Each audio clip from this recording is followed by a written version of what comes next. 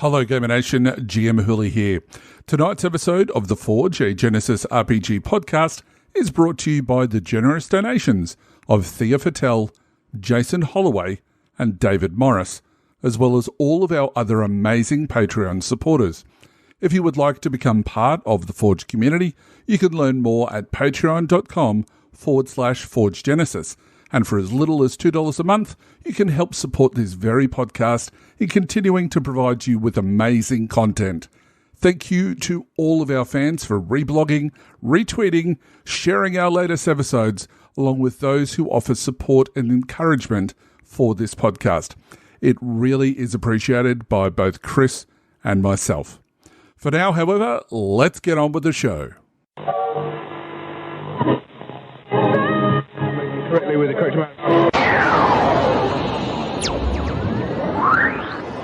D20 Radio, where gamers roll. www.d20radio.com.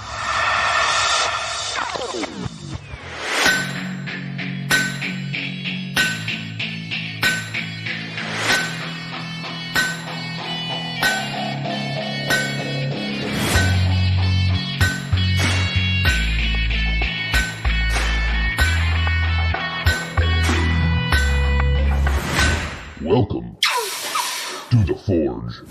Hello, Gamer Nation, and welcome to The Forge, a Genesys RPG podcast covering everything that you need to know about the latest and greatest from Fantasy Flight Games, or perhaps that should be Edge Studios, Genesys Foundry, and the Genesys Role Playing Game. I'm your host, GM Hooley, and tonight we have a wonderfully wild episode where we'll be inviting some very special guests onto the show to celebrate the big wins in our very first annual Forge Podcast Show Awards for Foundry products. Looking forward to that. But so as to not leave you hanging too long, and you've all been very patient with us, without some juicy Genesys content, we're also returning to the furnace and our much delayed ongoing look at archetype creation. This time, we're ramping up the smarts and we're inflating that grey matter with the construction of intellect-based archetypes. Really looking forward to that, and I hope you are as well. But before all of that, let me introduce you to the man whose grey matter is actually deflating at an astounding and scientifically proven rate. It's GM Chris. Chris, how you going, man?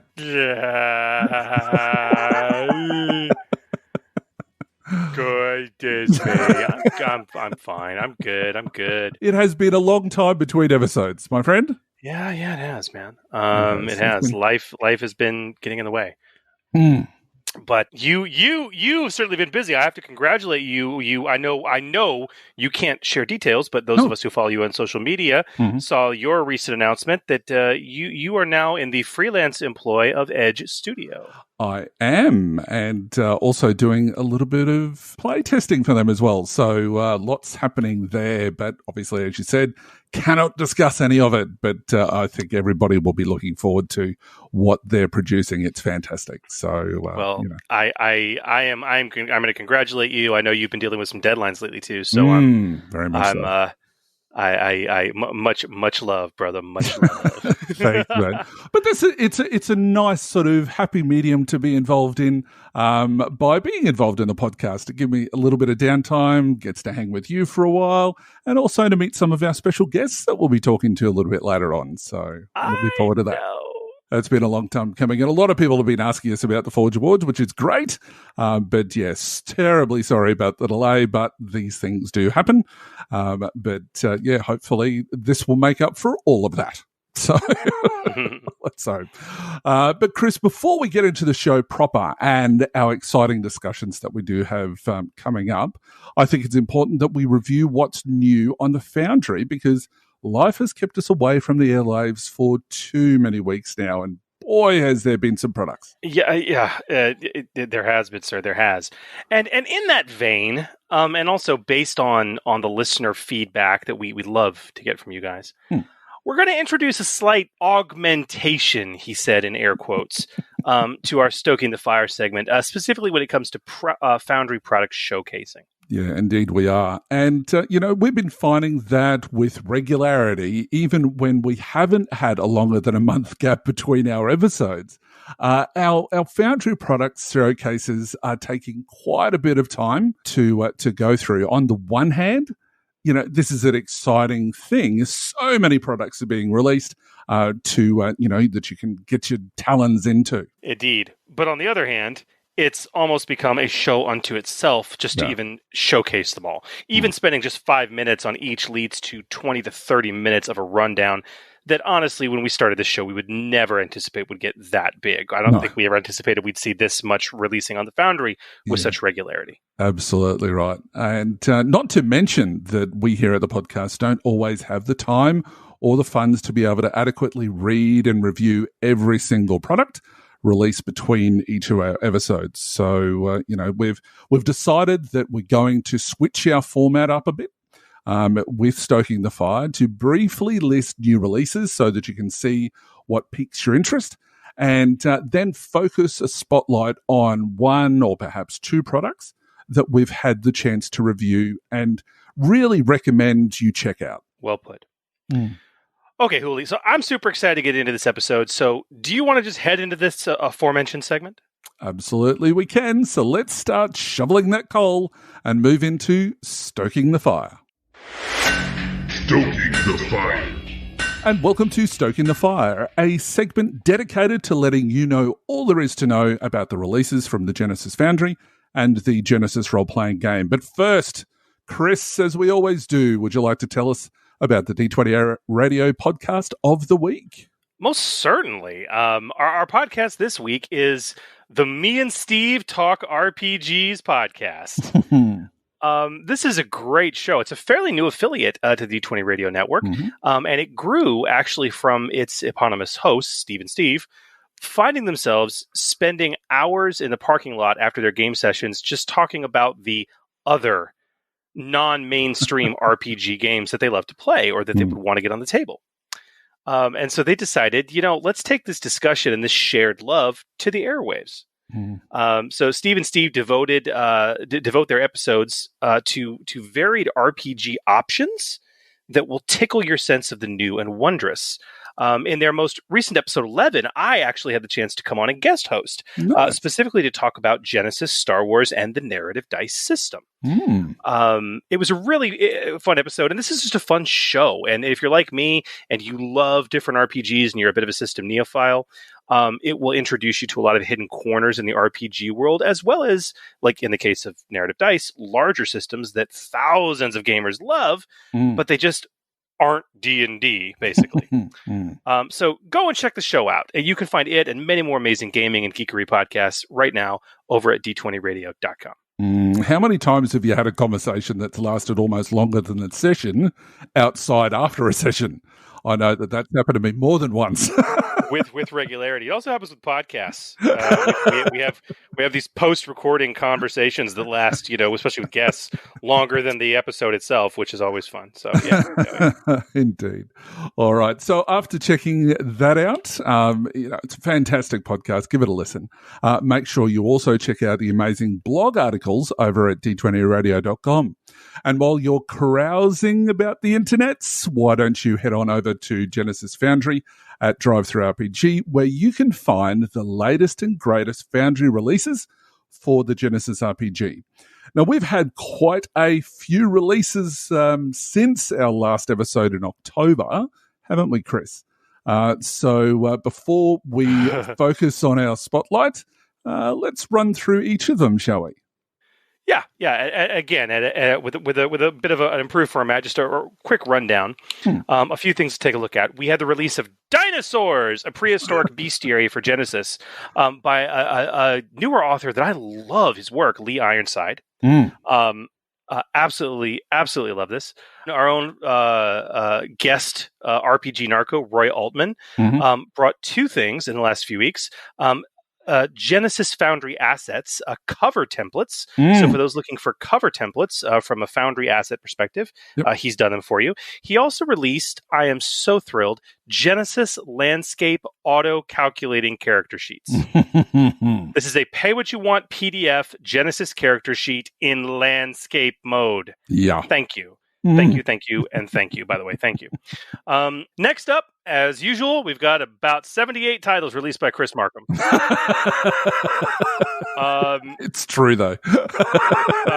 We have Cities of Splendor, a tour guide of the free cities of Manara. Mhm. We have Menacing Mistlands, which is an in-depth look at the Mistlands cursed barony of Manara. Mhm. Then, I'm very excited about this. Chris released City Symbols and Other Official Heraldry, Mhm. Monsters 1, Monsters 2, Heroes 1, and Hero 2. Yep. Those 5 products are all free / pay what you want and are essentially a grouping of really great art packs for anyone to use at home or in their Foundry products. Yep. It's a great marketing ploy by him, but Absolutely is. But golly gee, free art, pal. absolutely. Markham also released Dangerous Dragons, Dragon Bestiary for Terranoth. Yes. Honorable Heroes, a collection of 9 pre-generated heroes for Terranoth. Fantastic for new players. Yep. Volume 5 of Terranoth Treasures, the next volume in his Equipment Guide series. And lastly, a collection of 14 mini adventure guides called Rewarding Rumors. So a lot of stuff from Chris. Yep. We have a few other things that I was just tickled to death over. The first is the Headless Rider of Narek Tower. Yep. From a writer I enjoy, Gary Rahman. Gary released this. It's a Halloween-inspired fantasy adventure module that plays off the Headless Horseman. And for Genesys, it's a lot of fun. Really good module. Really good. Very, very good. Next, we have Boost number 4, Steampunk. This is the latest in the Book of Online Source Triumphs sort of magazine that this time explores the subgenre of steampunk, and it was created by the various brains in the Genesys Discord server, including Caleb Smith, Flame112, Gary Rahman, Chris Markham, and Tyler Comstock. Yep. And lastly, we have Children of Aten, a Genesys fantasy steampunk setting by a brand new, massive setting from first-time author Jared Henry. And I think we might be diving into that a bit more in this week's Spotlight. I think we might. Well, as you can tell, that's a lot. And this is what happens when you go over 6 weeks between episodes, I guess. Yes. It's all true. But Huli, from this lengthy list, as I alluded to earlier, I believe we do have a product that we really want to spotlight in Stoking the Fire. Yeah, absolutely, we do. We were very impressed by the stout news setting of Children of Aten, Genesys fantasy steampunk setting, as Chris mentioned, by Jared Henry. This is Jared's first outing on the Foundry, and what a freshman entry it is. No kidding. Children of Aten is over 130 pages of a packed original fantasy setting with deep steampunk flair, and it's truly in a massive scope. So in a nutshell, Children of Aten is a setting where there are many, many, many worlds, or realms as they call them, each with their own unique biomes and native species. But they are unpredictably connected by pathways that might open or close anywhere at any time. You know, it's got a very Eberron feel to it in that sense, which I love. It's like Eberron meets Spelljammer. Yes. And it's good analogy. I love it. Good analogy, yeah. But where it really diverges from most fantasy settings is that magic is very, very rare. And it's very, very dangerous. Despite its clear presence across all the worlds, hence the steampunk feel. Ultimately, again, much like Eberron, Children of Aten reads and lends itself to these massive, epic, universe-spanning fantasy adventures. Yeah. Now, the setting guide is, first of all, gorgeously illustrated and details varied realms, each of which includes an example encounter seed or perhaps a hazard, as well as native creatures, NPCs, and even mounts or pets, which is really handy for anyone in any sort of setting that they're using, especially in the fantasy genre. But there is also a strong theme of war between the realms, and Children of Aten also focuses heavily on what Jared calls epic combat, which is about massive battles with siege engines and heavy fortifications. Now, the setting is just jam-packed. 18 playable archetypes based on 8 species from the different realms. A new magic spell action, hypnotism, which is difficult to do but very powerful when you are successful. 73 new talents, 95 adversaries, including mounts, beasts of burden, pets, and dangerous monsters. This new setting has appropriate gear, weapons, and armor with 16 craftsmanship styles, which is another unique flavor as well. Yeah. 13 fantasy steampunk vehicles, from airships, gliders, and clockwork carts to simple wagons and rafts. And of course, the aforementioned new rules and mechanics for epic battles with siege engines and heavy fortifications. So there is a lot in there. Yeah, and as you can imagine, the steampunk vibe goes into that epic battle kind of Absolutely. thing, with siege engines. So it really is unique. Bottom line, I love seeing incredibly creative work like this. It clearly has its roots in a lot of established IPs and kind of brings them together into something new and exciting. Mm-hmm. This is a rare freshman effort. And a very well done setting that is well worth its $10 price tag. Frankly, just for the magic and new combat rules alone. Well done, Jared. Hopefully, we can get you on the show soon to dive into Children of Aten. I can't wait to. I was very pleased. I'm still diving into it. I'm very pleased. All in all, overall, just some great products coming out in the last several weeks, and you guys can find them all, including Children of Aten, and so much more fantastic Genesys Foundry content right now over at drivethrurpg.com by simply performing a search using the words Genesys Foundry. Yep. And speaking of the Foundry, Chris, before we get into the furnace and focus on our show tonight, we're actually going to cover our secondary segment first. We're doing it. It's an upside down world tonight. With a very special segment dedicated to the 2020 Forge Awards. Now, we've been talking about this for many months, and it's been in the planning stages for almost just as long, it would appear. But the votes are in, and our first annual show awards for Foundry content has finally wrapped. And I can't wait to share who our winners are. What do you say, Chris? We get into it. Sounds like a plan, Hooli. Let's do it.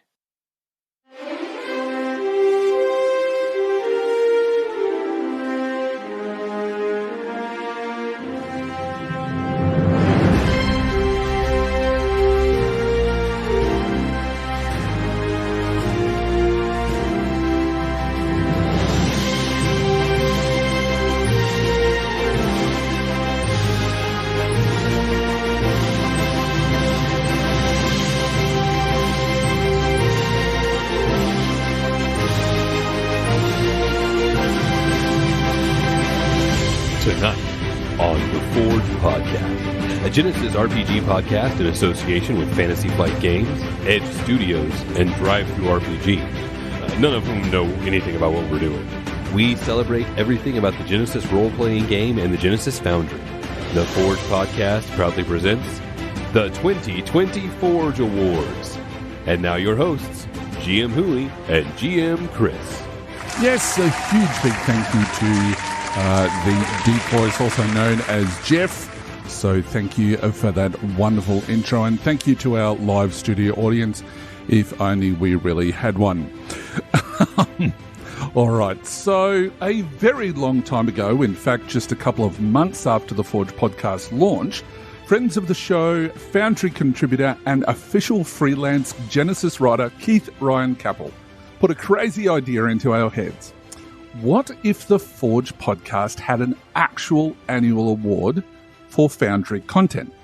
A show award, basically, where we honoured all the varied products submitted to the Foundry each year and recognised those that were exceptional. However, having never done anything like that before, we love the idea.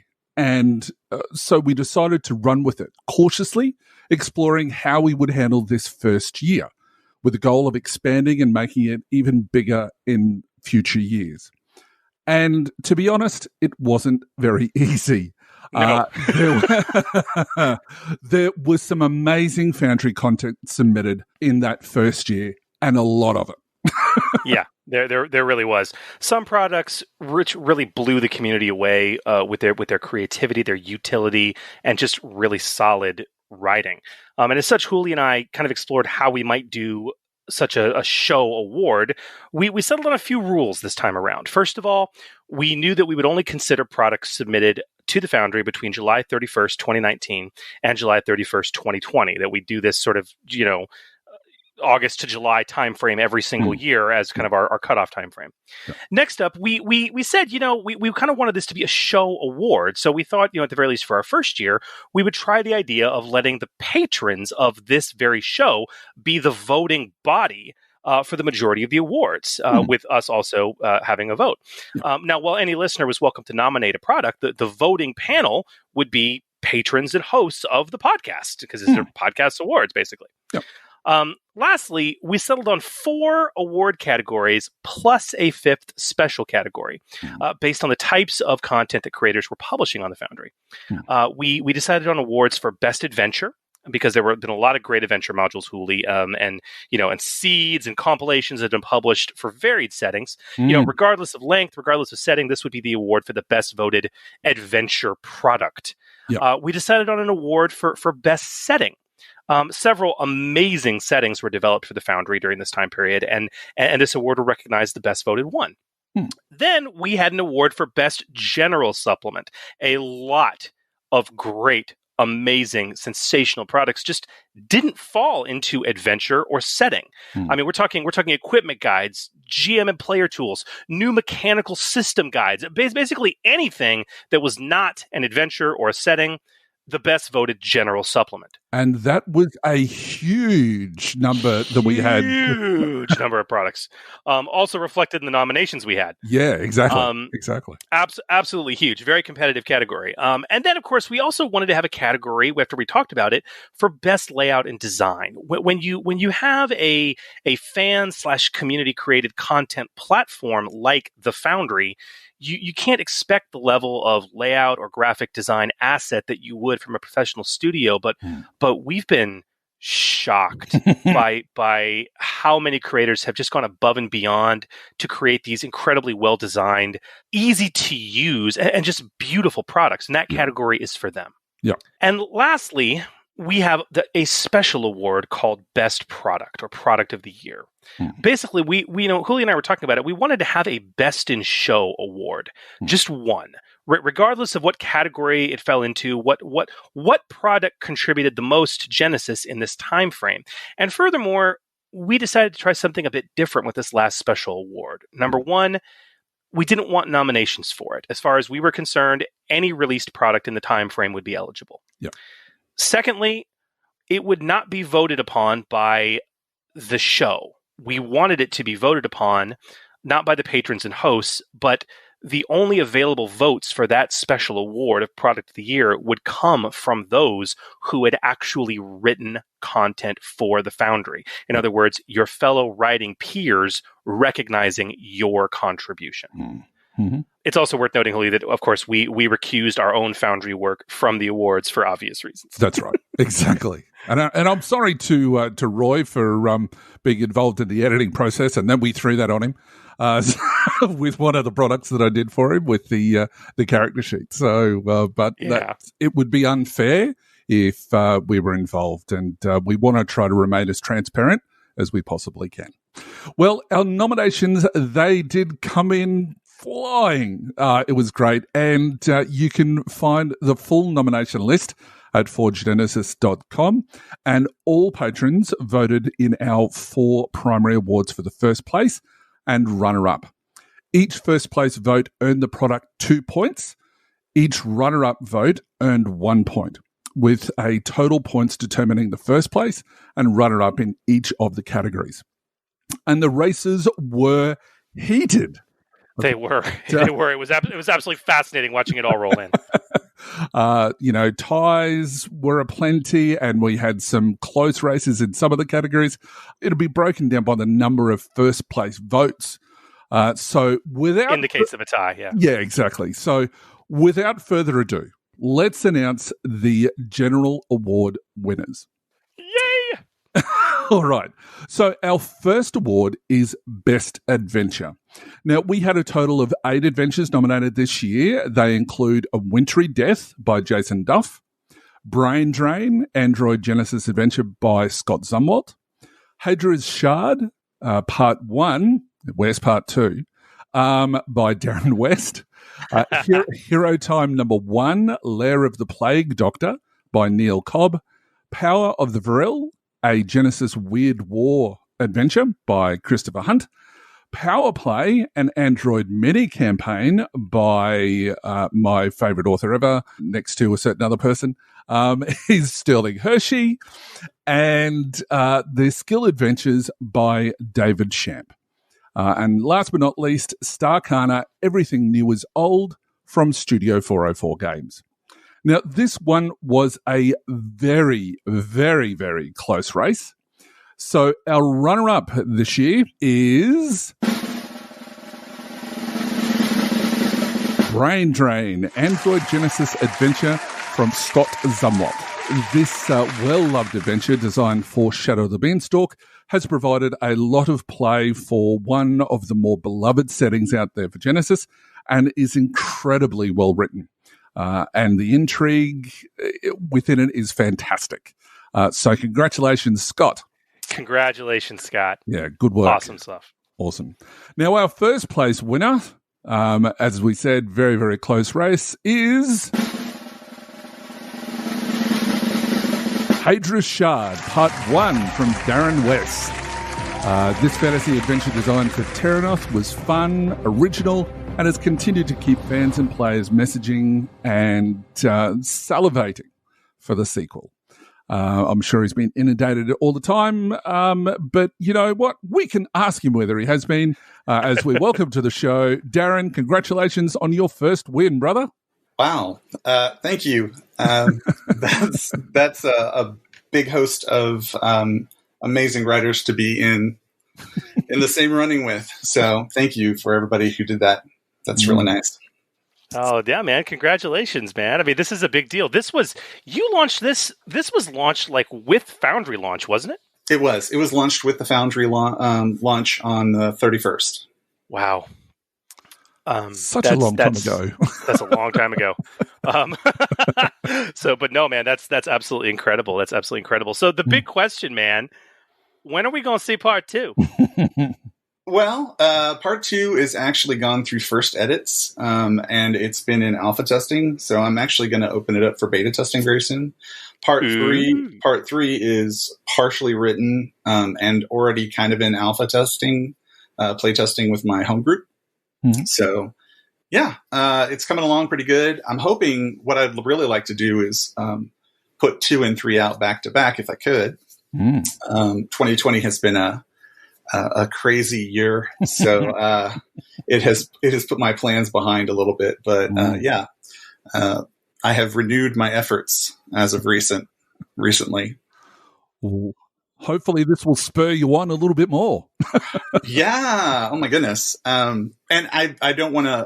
I want to make sure that I don't forget to thank my amazing editor, Kate Cunningham, my proofreaders, and all the playtesters, and even Scott, who helped me with layouts and things like that. So just amazing. So yeah, absolutely. One. Congratulations, brother. Well, dude, if you're willing, we'd love to have you stick around as we talk through the other awards and as we bring on some other first place winners for other awards. Maybe you can hang out for a little bit of a convo. Does that sound okay? Heck yeah. I can't wait. All right. Cool. Well, let's move on then to our next award. Yes. Which is Best Setting. So of all the products submitted, settings are the hardest. Yeah. Okay. It's the big enchilada, it's the big cheese, and we've had some really amazing settings submitted this year. We also had some that were submitted. As we be diplomatic. We also had some that were submitted. But it is safe to say that the 5 settings who received official nominations, and I do have to note that every single one of these 5 nominated settings received votes, both for first place and runner-up. Okay, so this was a very a very tight race here in a lot of ways. So we had some pretty amazing nominations. They include all truly incredible settings that everyone should own if they don't already. First up, another Foundry launch, Inquisition by Guillaume Tardif. We've had Guillaume on the show to talk about it. Truly fantastic setting.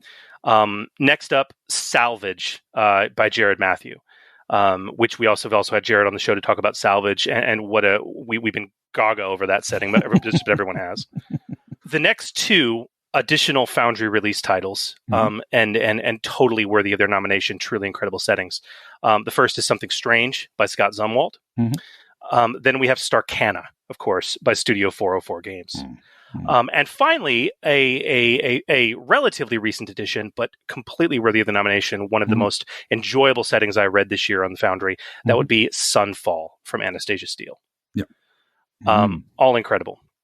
And the votes are in. Our runner-up, Something Strange from Scott Zumwalt. This amazing setting, I still reference regularly. I probably always will. It brought dark, modern horror into our tables in very creative and well-written, well-tested, and well-designed ways. It remains one of the best-loved and most referenced releases on the Foundry to date. And it's an Electrum bestseller on Drive-Thru-RPG. So well-deserved, Scott. Again, congratulations. Absolutely. He takes a lot of effort to promote that product, and it's fantastic. And we've mentioned it quite a number of times on the show to direct people when they want to do, especially things in the horror realm. So well done, Scott. Congratulations. Very well done. But our first place winner is Salvage from Jared. Salvage, I think I said before, you ever read something that when you read it, it makes you want to quit writing? Yes. You just get pissed off. It's like, who is that? God, that was Salvage. It blew all of us away with its originality, its creativity, its excellent writing. It hit silver within a week of its release and is now sitting with an Electrum medal on Drive-Thru-RPG. So we would like to welcome to the show, back on the show, I guess, Jared. Congratulations on your first place win, man. Thank you so much. I'm so excited. I'm actually really geeked out about this. We thought you might be. Yeah, a couple dozen nerds thought you did good, man. Congratulations. Yeah, it's really exciting. You put so much of yourself into a project like this. Your free time, your nights, your weekends, and it just feels really awesome to be recognized by the community. It's been really awesome to see the response from everybody. So thank you so much to each and every person who purchased a copy, and those who played it with their friends or told other people about it. It just feels really awesome. So and I definitely couldn't have created it without all of my friends who helped me play test it. And the artists, Alwyn Talbot and Daniel Johnson.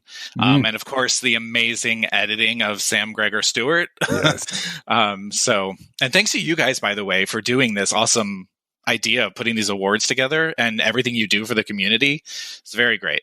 Oh, thank you. But congratulations. It's so well deserved. Thank you. If this product did nothing else, for me anyway, it was to make sure that my products are just as any stuff that I do for the Forge, I make sure that it's top quality, toply edited.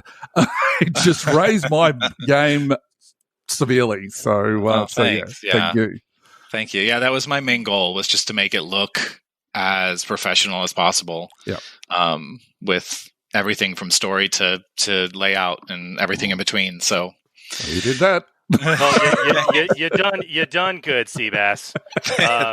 Thanks. You kicked its ass. So it took me 2 years. Remember, we talked about that. Oh yes, we did. It did. Yeah, it did. Yeah. But very well done. Thank you. Done. So, Jared, also I'd ask, would you mind sticking around for a while while we go through the rest of the awards, and then we can have a good conversation? Maybe. Okay. Well, if you're gone, we'll know that you just don't care. Sounds good. I'll be here. All right. And now, thanks again, Jared, and congratulations. And now for our next award is the Best General Supplement. Now, this, as we mentioned before, was a monstrous category. We had a total of 21 general supplements nominated this year. So many that, and I'm really sorry, we're not going to go into detail all of them on the show, but listeners can head to theforgegenesis.com for the full list. So that's forgegenesis.com. Now, the nominees included equipment guides, location gazetteers, graphic design and layout tools, GM and player aids and guides, and handbooks for new mechanical options for all types of Genesys games. And it was monstrous. And we had votes for pretty much most of them in some way, shape, or form. Yeah. But first up, so let's announce our runner-up. It's the Skills Guide, skills supplement for Genesys from the person who I can never pronounce their name correctly. Guillaume Tardif. Guillaume Tardif. The amazing Guillaume. So, and he always jibes me about that from the time that we had that interview. But anyway, so congratulations, Guillaume. This supplement speaks for itself with its gold medal status for both new and experienced players and GMs. Guillaume managed to simply expand and truly grow the understanding of core skills in Genesys, providing a resource any player or GM should have.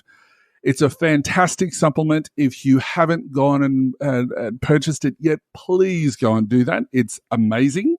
And it will save you and your players a lot of time and effort. So well done, Guillaume. I have to say, before you move on, Huli, I wouldn't normally do this, but it was so close. Yes, it was. I do want to, we set our rules. We said we were only going to do a runner-up in a first place. And from point spread, we did actually have a point-based tie for this runner-up.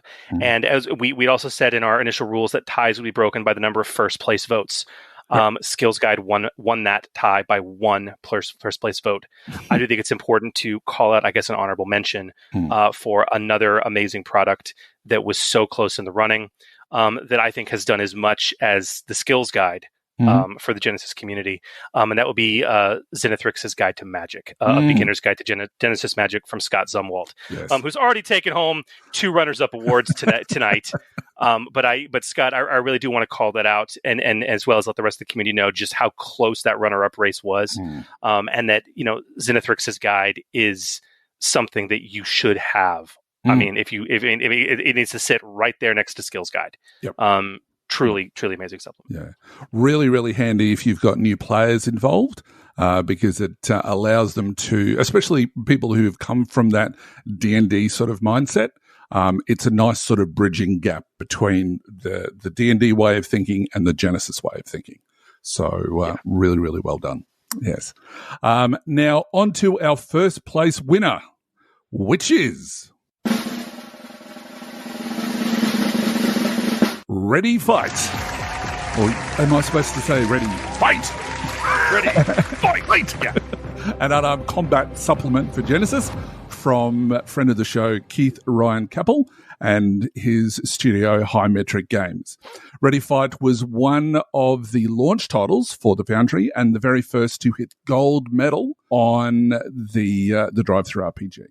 The innovative new mechanics it brought forth and have been lauded as a major addition to the game, well designed and well tested. Furthermore, it has it's set a template for many other supplements, which they should be following and have been following. It's nothing short of amazing.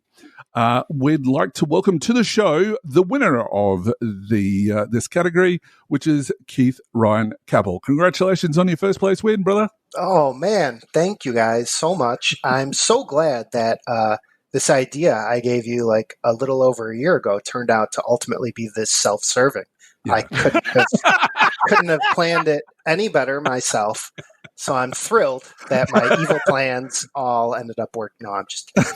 But only kind of, I guess. But thank you, honestly, genuinely, so much for to everyone who, voted for it and you guys for putting the show on. I actually lost my dad not long before Tim Huckleberry invited me onto that early group to do that initial wave of Foundry products.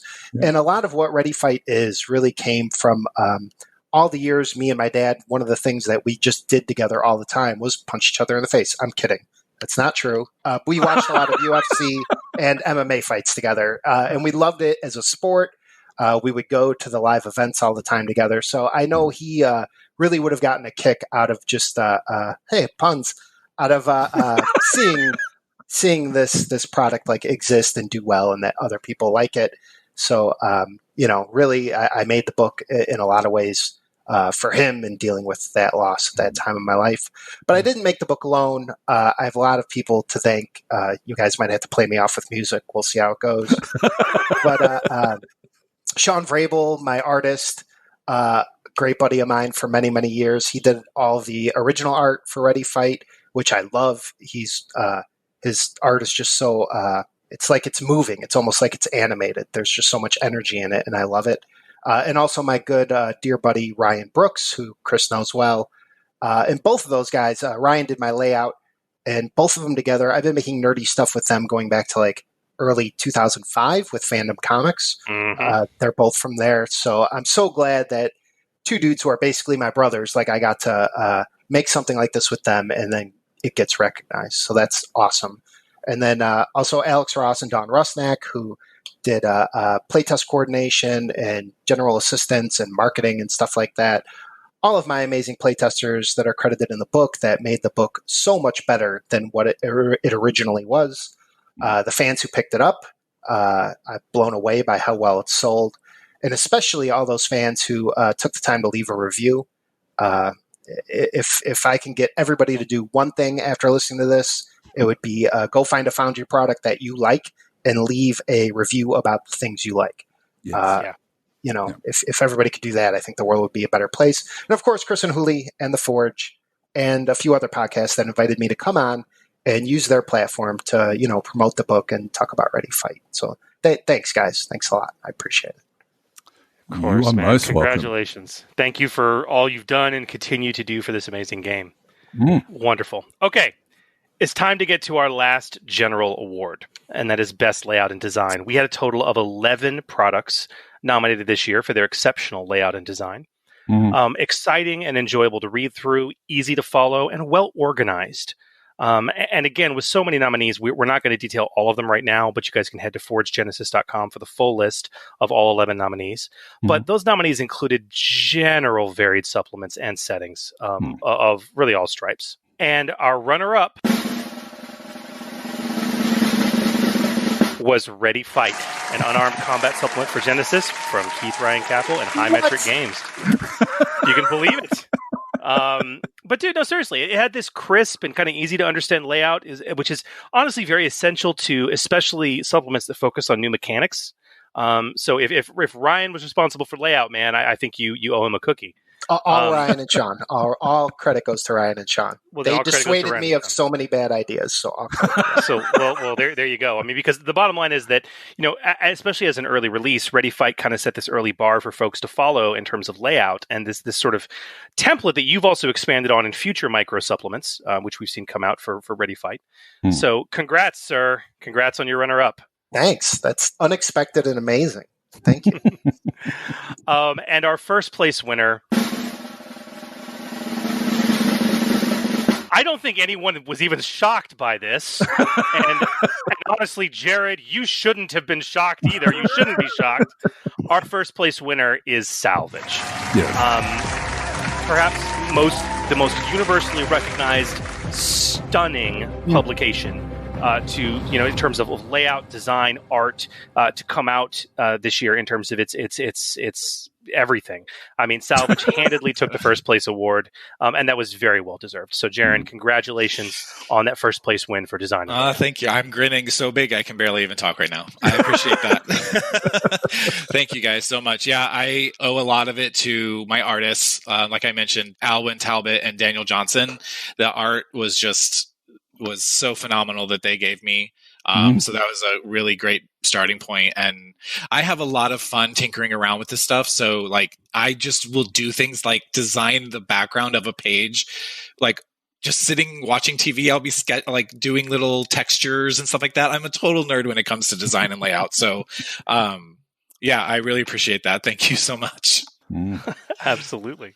It was a fantastic product. Fantastic. And you've certainly sent you've created the benchmark, definitely, for layout and design for everybody that comes after it. And I think that, the people are picking up their game because of products like Salvage.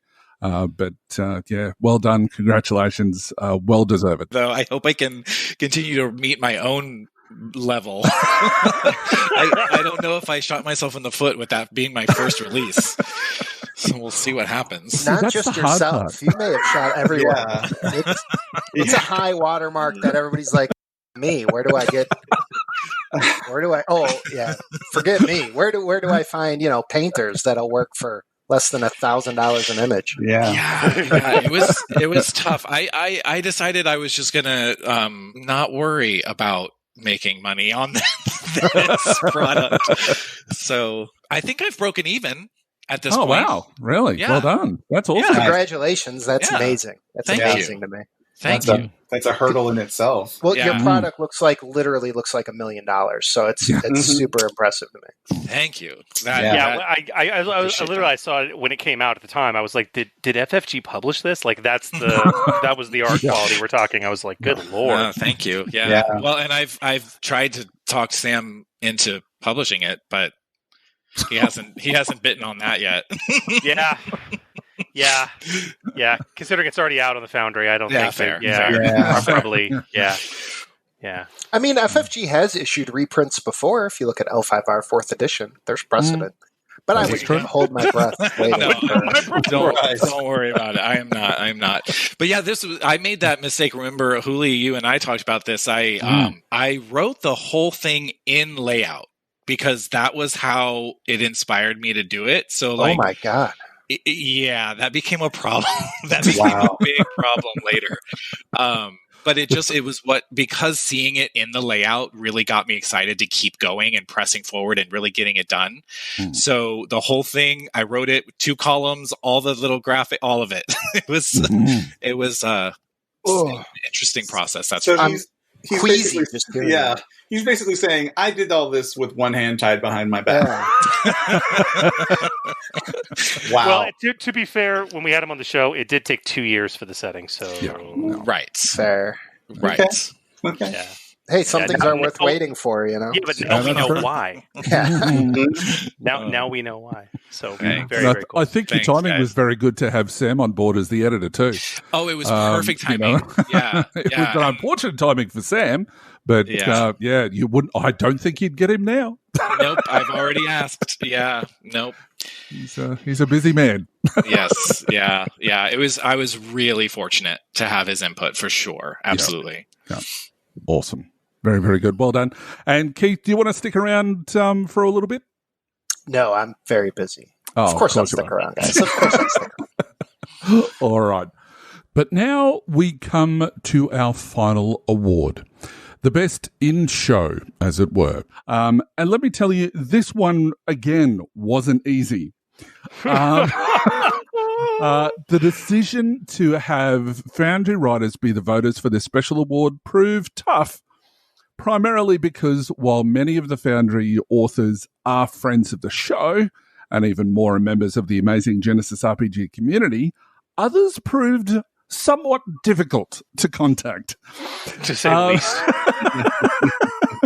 Nonetheless, with the help of this wonderful community that we're a part of, we were able to corral a majority of the Foundry writers to vote for this award. And we were very, very happy that they did so. And thank you to all of the writers for all of the things that you've done for the Foundry and for the great content that exists out there for the community to use and to spread the word of the Genesys Role Playing Game. But without further ado, product of the year. Now, as a reminder, every product released from July 31st to July 31st of the following year was eligible for a vote. And while we are only awarding a single award in this category, writers voted for a first place and runner-up for point accumulation, and were not allowed to vote for their own works for obvious reasons. So our product of the year is Ready Fight, an unarmed combat supplement for Genesys from Keith Ryan Cavill and High Metric Games.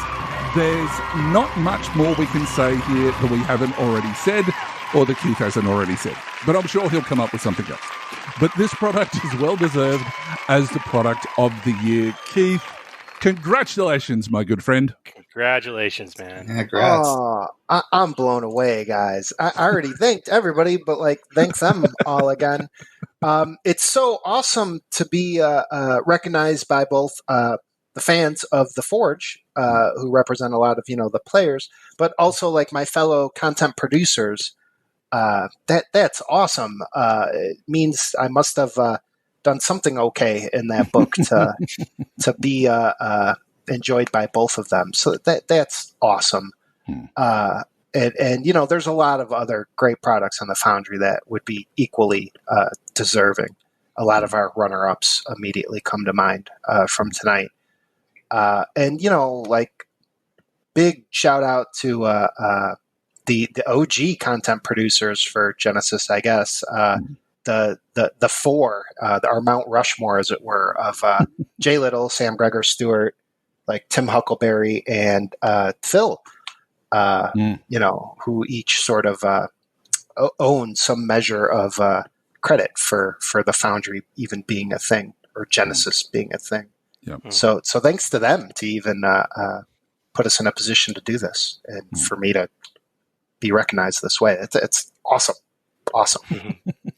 Well, congratulations, man. It was another very close race. And we had said for this product, especially considering that it was a peer award, we were only going to do one. We weren't going to do a runner-up, but I would like to take the opportunity to call out some other honorable mentions, some other products that also scored very high from the fellow writers. Very specifically, I'd like to call out Salvage. Jared, you got a lot of recognition from your peers on this. Yay! Awesome. I'd like to call out Inquisition from Guillaume Tardif. Got a fairly high point total as well from your writing peers, as did Something Strange from Scott Zumwalt, as well as Zenithrix's Guide to Magic as well. Also, Starcana from Studio 404 Games was also very high in the running.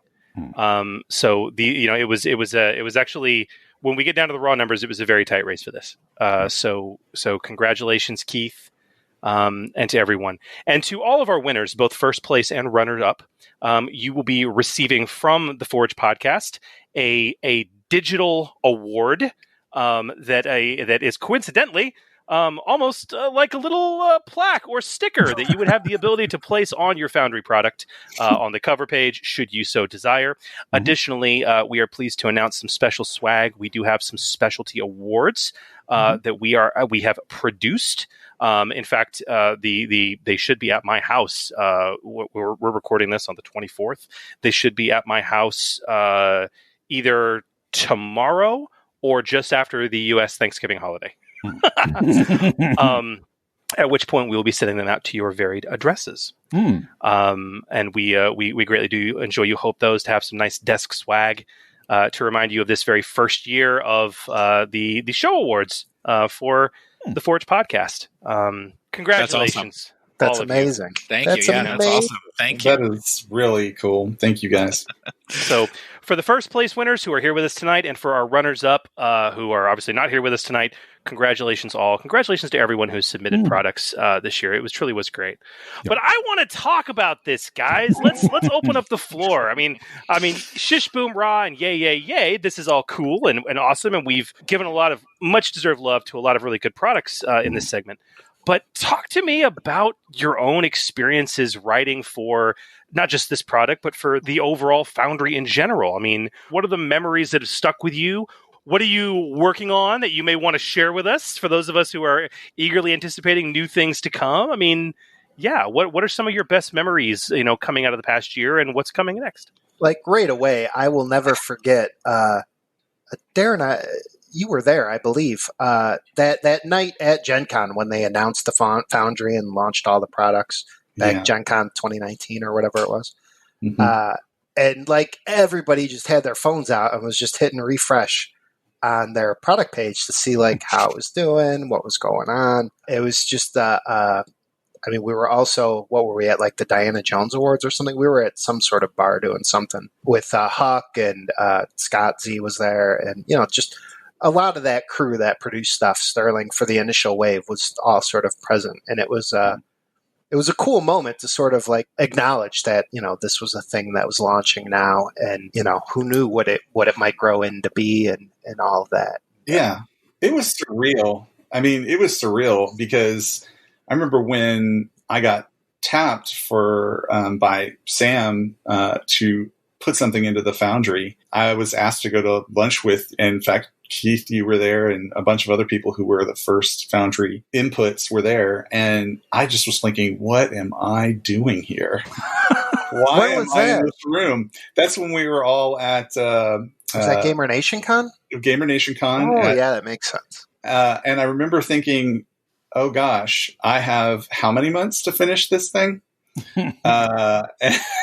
Talk about lighting a fire. So I think for me, it was almost surreal. I mean, Keith has produced quite a bit of content. And when I realized that this was going out to the world at large and that my name was going to be on it, a shiver of terror and excitement went down my spine. But yeah, I with Keith, I remember us being in that awards room and everybody refreshing their phones and just watching the numbers climb and how excited everybody was to do that. And then watching the content flow in after. Right. I mean, it wasn't just like these 10 initial wave and then that's the end, but like stuff started popping up real quick.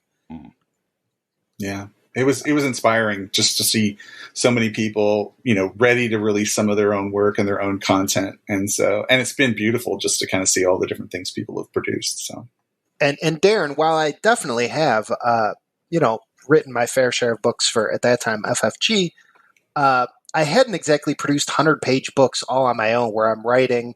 I'm in charge of like final say on layout, sourcing art, and doing all that sort of stuff. It was an intense 3 months of building Ready Fight, you know, in a very truncated timetable, and to get it tested and to, you know, get it out and all that. Yeah. It was, I don't think I've ever been that busy before, ever. Yeah.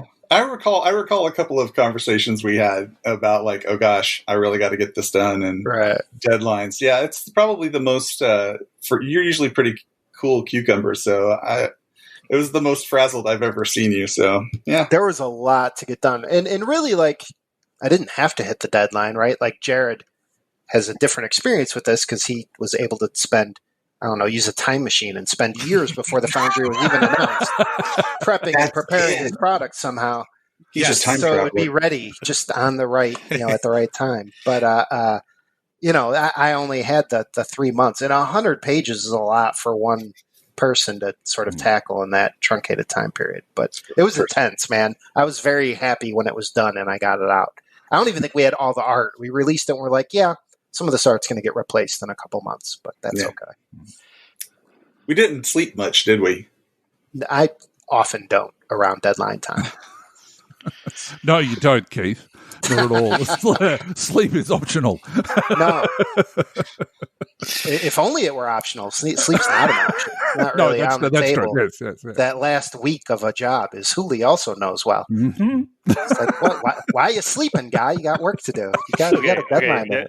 There was a point in my life where there is a not even D list. He's like E or F list Marvel superhero named Wonder Man. Sure. Have you heard of this? Simon. Right? Yeah. Simon. Okay. And Simon's power is that he has unlimited energy. He never gets tired. That's his thing. He never gets tired.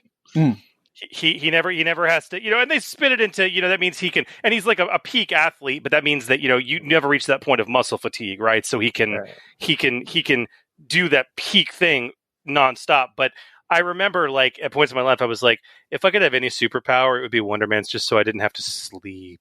Sure. Yeah, but did Wonder Man have any children, though? No. He lost out on his girlfriend to the Vision. He lost out to a robot. Yeah. Scarlet Witch was like, I'm going to take the robot. I'm going to take the robot. Wow.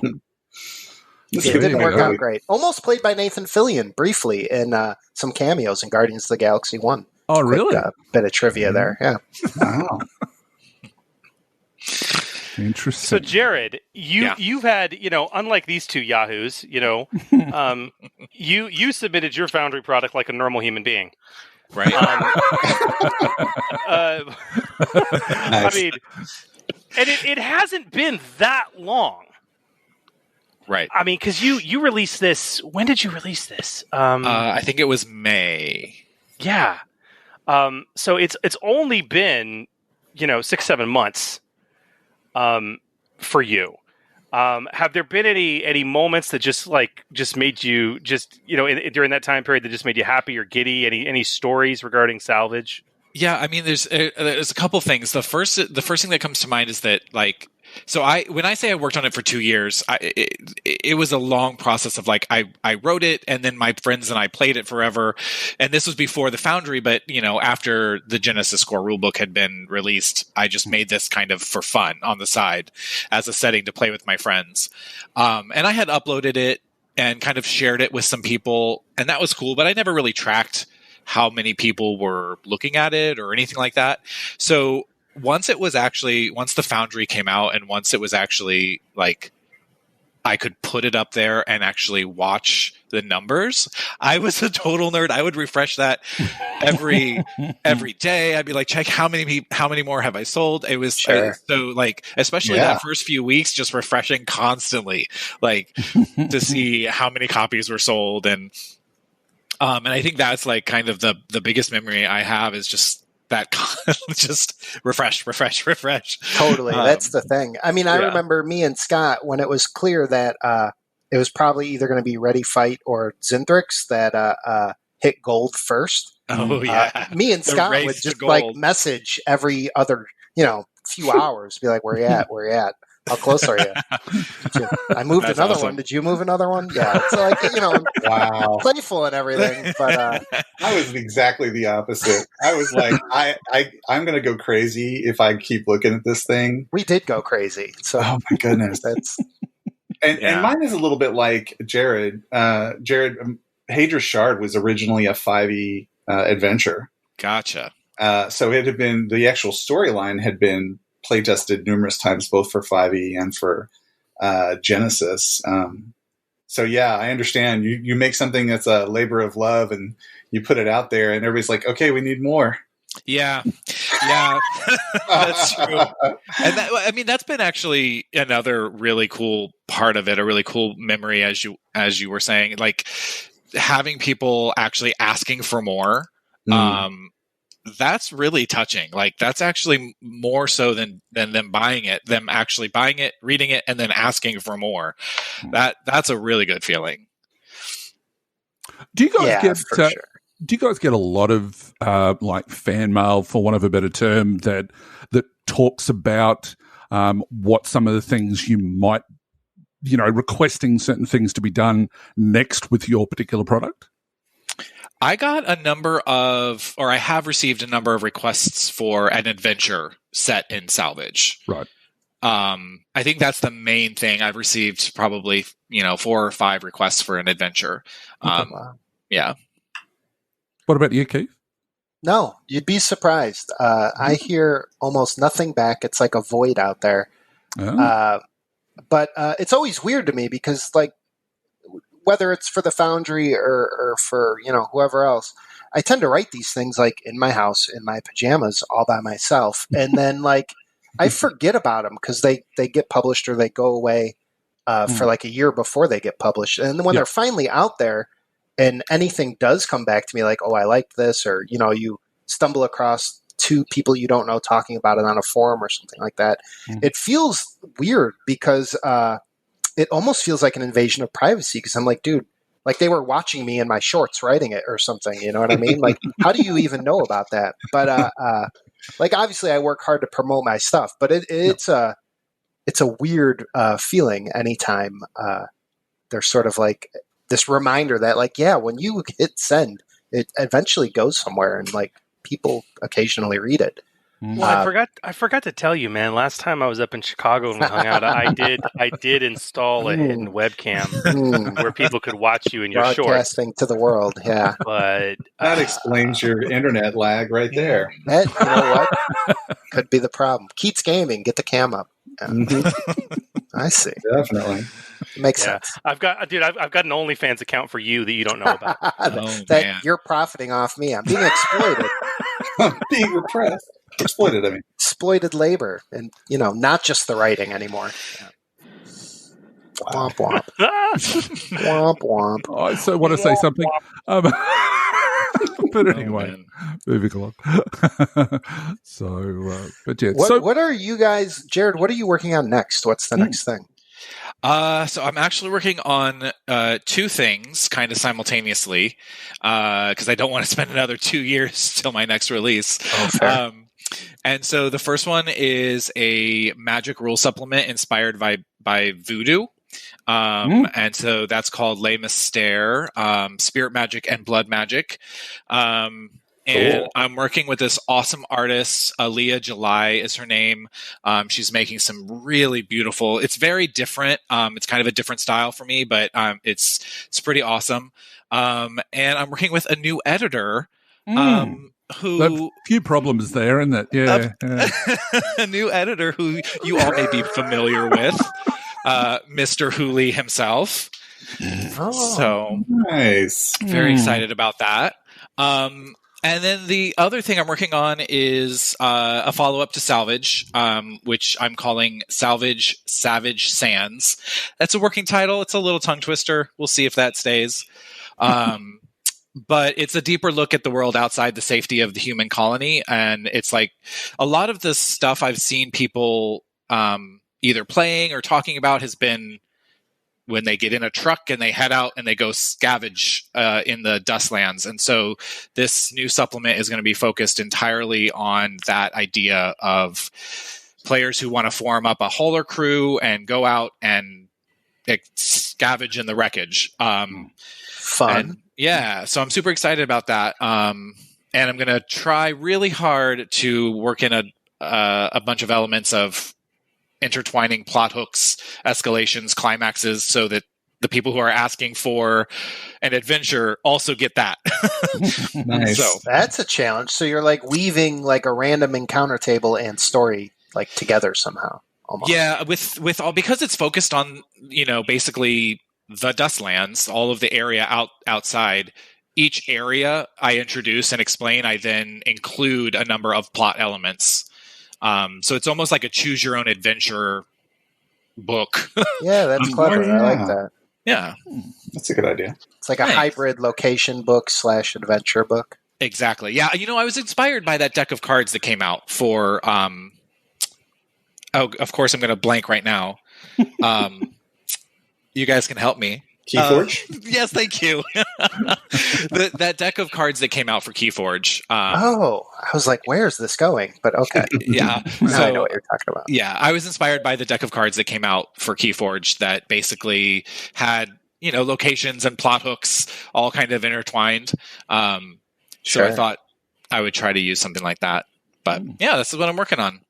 That's you awesome. you forgot to mention a project that you've already finished, at least from your perspective. It's just waiting on my dumbass to finish. Very fair. Well, I thought that was your place to talk about that. Yeah, that's fair enough. No, I was so impressed with your story building on Salvage that I retained you to. God, what did you do for me? 10,000 words? Yeah, 10,000 words. Yep. I did an alpha version before the Foundry existed, just released free, of a cosmic superhero setting called Aegis. Which is very heavily inspired by Green Lantern. Ooh, that's right. And the initial release and all the playtesting that happened after that, the rules have been rather heavily refined. But one of the things I seriously lacked was some comprehensive world building in this cosmic world. And Jared was kind enough to contribute about 10,000 words to that. So that was actually a lot of fun, because it was like the first time I had like expectations and deadlines, and like, you know, it's way different than working for yourself. So it was actually a ton of fun to experience writing in that format. Oh, you did a good job. You did a good job. You gotta produce on demand and everything, right? It's a little different. Yeah, and it was I guess I was a little afraid that I wouldn't be able to perform on demand, you know. Sure. Little performance anxieties. Yeah, it worked out.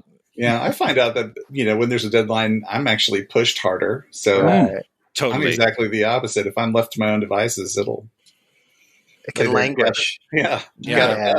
When I'm my own boss, I know my deadline's bull.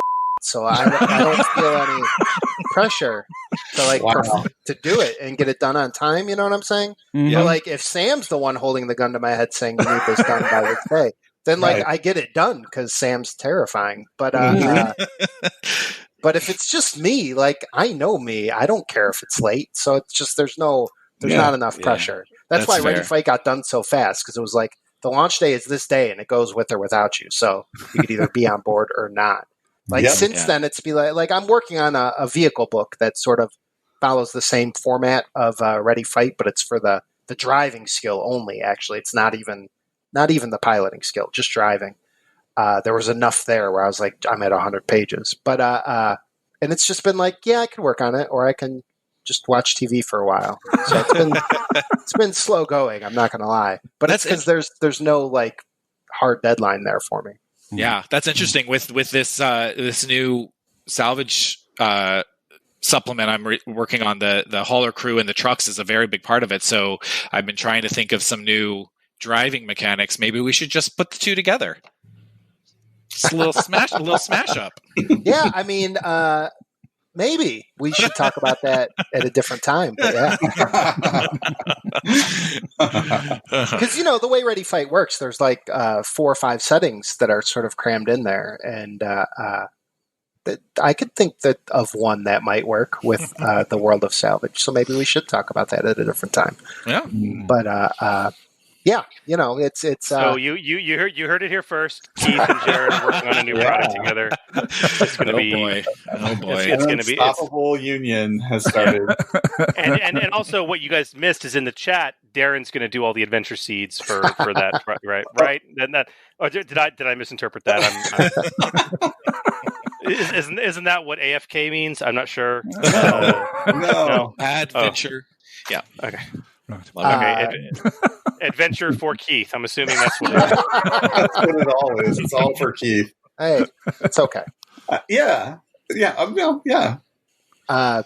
And I also have a factions product coming out. I'm trying to experiment with some smaller things that I could write in like 3 or 4 days, and then it can languish in playtesting heck and layout development, purgatory for a while. So like I've had 1.5 of these faction documents sort of done, and that'll be interesting. It's basically just a talent product, but it's talents that are sort of associated with factions. Be curious to see what people think of that. So I have that coming out soon. Maybe a second one that I worked on with Chris Hunt coming out soon. And then the vehicle, which I think we're calling Just Drive, the vehicle book. And I think that's everything Foundry related. That's sort of on my radar for the moment. Have to say, having been involved a little bit with the playtest of that, Keith, it's brilliant. So, it's getting there, right? We went really hard on playtesting for Just Drive. Yeah. We're doing like 5 phases of testing so that it's more digestible chunks. What I found was that Ready Fight was so big that people gave me very detailed feedback on the first 30 or 40 pages. By the end of the book, there's just nobody's got the strength left to add comments to anyone. They're burnt out, or they just didn't have enough time to wade through the whole frickin' thing. So, I felt like this would be a better way to do it in little more bite-sized chunks for people. And yes, Hooli is one of my testers, which is wonderful. Nice. Yeah, I need to start using Hooli as a guinea pig again. Sure. He's a great guinea pig. You can poke him, prod him, stick him. You can put mascara all over him. He doesn't care. Wow, that sounds like a voice of experience there. Gamer Nation Con does get a little crazy. Yeah. How many OnlyFans accounts is Chris Witt running? Right? You have a separate OnlyFans account just for Hooley's mascara. I wish it was doing better, but it's not. Well, he lets me stay in his house, so I've got to pay somehow. Sure. So, right. Yeah, that's really what it comes down to. Speaking of playtesting, and nothing y'all are working on, I'm going to geek out about. Speaking of Studio 404 and Starcana, that we were mentioning earlier. Have you seen the latest thing that they've been teasing? I was on that test team. Yeah. Unfortunately, I didn't get a chance to put a whole big table together and do a proper test, but I definitely gave it a read and gave a lot of early feedback. And, it looks awesome. Dude, yeah, and that's Mechasys. So they're doing a mecha supplement. Yeah, it looks really good. And as a OG BattleTech gamer, and somebody who was raised on Robotech and Gundam, I mean, I'm just looking at that, just wringing my hands during playtesting, going, "Oh my gosh!" Yeah, it looks really, really good. I can't wait for the final product and to see what they do. Yep, that's awesome. And I mean, Phil and Brett and all those guys are brilliant, they're their own little idea incubator over there. So yeah, it's a think tank of brilliant people. So yeah, it's good stuff. Very interesting. I actually did a little bit of. Wasn't completely idle this year. I did some freelance work, as Keith knows, and then I did some fan made freelance work for Stefan Dragonspawn. He put out a fan made Dragonstar adventure. So awesome. I did a couple of. I did some. I did an NPC or two. So yeah, that's really cool. That's some good stuff. So. Nice. Okay, so I have a discussion driving question. Hold on, I forgot about a whole other product I have that's in layout. Oh my god! Right. I have the AWA Terranoth Adversary Collection that's sitting in layout as we speak. I run this online writing school, which Hooli and Darren both took part in, and all my students who have graduated were invited to contribute some adversaries to the world of Terranoth, and we sort of built this adversary / equipment collection, and that is excellent. And I am editing it, and all my students obviously wrote it, as well as Maggie, my teacher, which her entry was excellent. So that should be out in a relatively short order as well, hopefully in the next 2 months or so here. Did you see how I led you to that, Keith? Yeah, that was clever. That was slick. I can't believe it slipped my mind. It's because Factions is so close right now, and there's 2 of them, but the first one is almost there. So it's that's the one taking up, because I was just yelling at Ryan about it yesterday. He's being a tyrant. But and he was right. But it doesn't matter. The Terranoth one is going to be excellent. I can't wait for it to come out. Yeah, some great content. So this has been a very cool discussion. I do have, maybe to kind of wrap things up, I have a discussion driving question for you all. It's one that's been brewing in my head, and I think our listeners might enjoy. If you could write for a Genesys supplement of any kind, adventure, setting, guide, doesn't matter. If you could write for a Genesys supplement for a just pretend licensed intellectual property that has not already been developed or is in development, that's been announced that we know of, what would your dream intellectual property be? Silverhawks. Silverhawks. I want to do Silverhawks. It feels like investigatey, sort of. And I've been wanting to do a Silverhawks game for 1 billion years. I even spent a couple days tracking down where the rights were and all that a while back. But yeah, I would want to do Silverhawks. That would be my freaking jam. What is Silverhawks? Did they not get that in Australia in the 80s? I have no idea what Silverhawks. It was an 80s cartoon done by the same folks that did Thundercats and... You are familiar with Thundercats, I'm assuming. Yes, I am familiar with Thundercats, yes. Okay, yeah. Just Google, go to YouTube and search Silverhawks intro, Okay. Yeah, and you'll get the whole show just from that. Just from that. Yeah, There's not much more to it than that. I would say it's Thundercats in space, except it's already Thundercats. Thundercats is already kind of in space, sort of, right, but not really.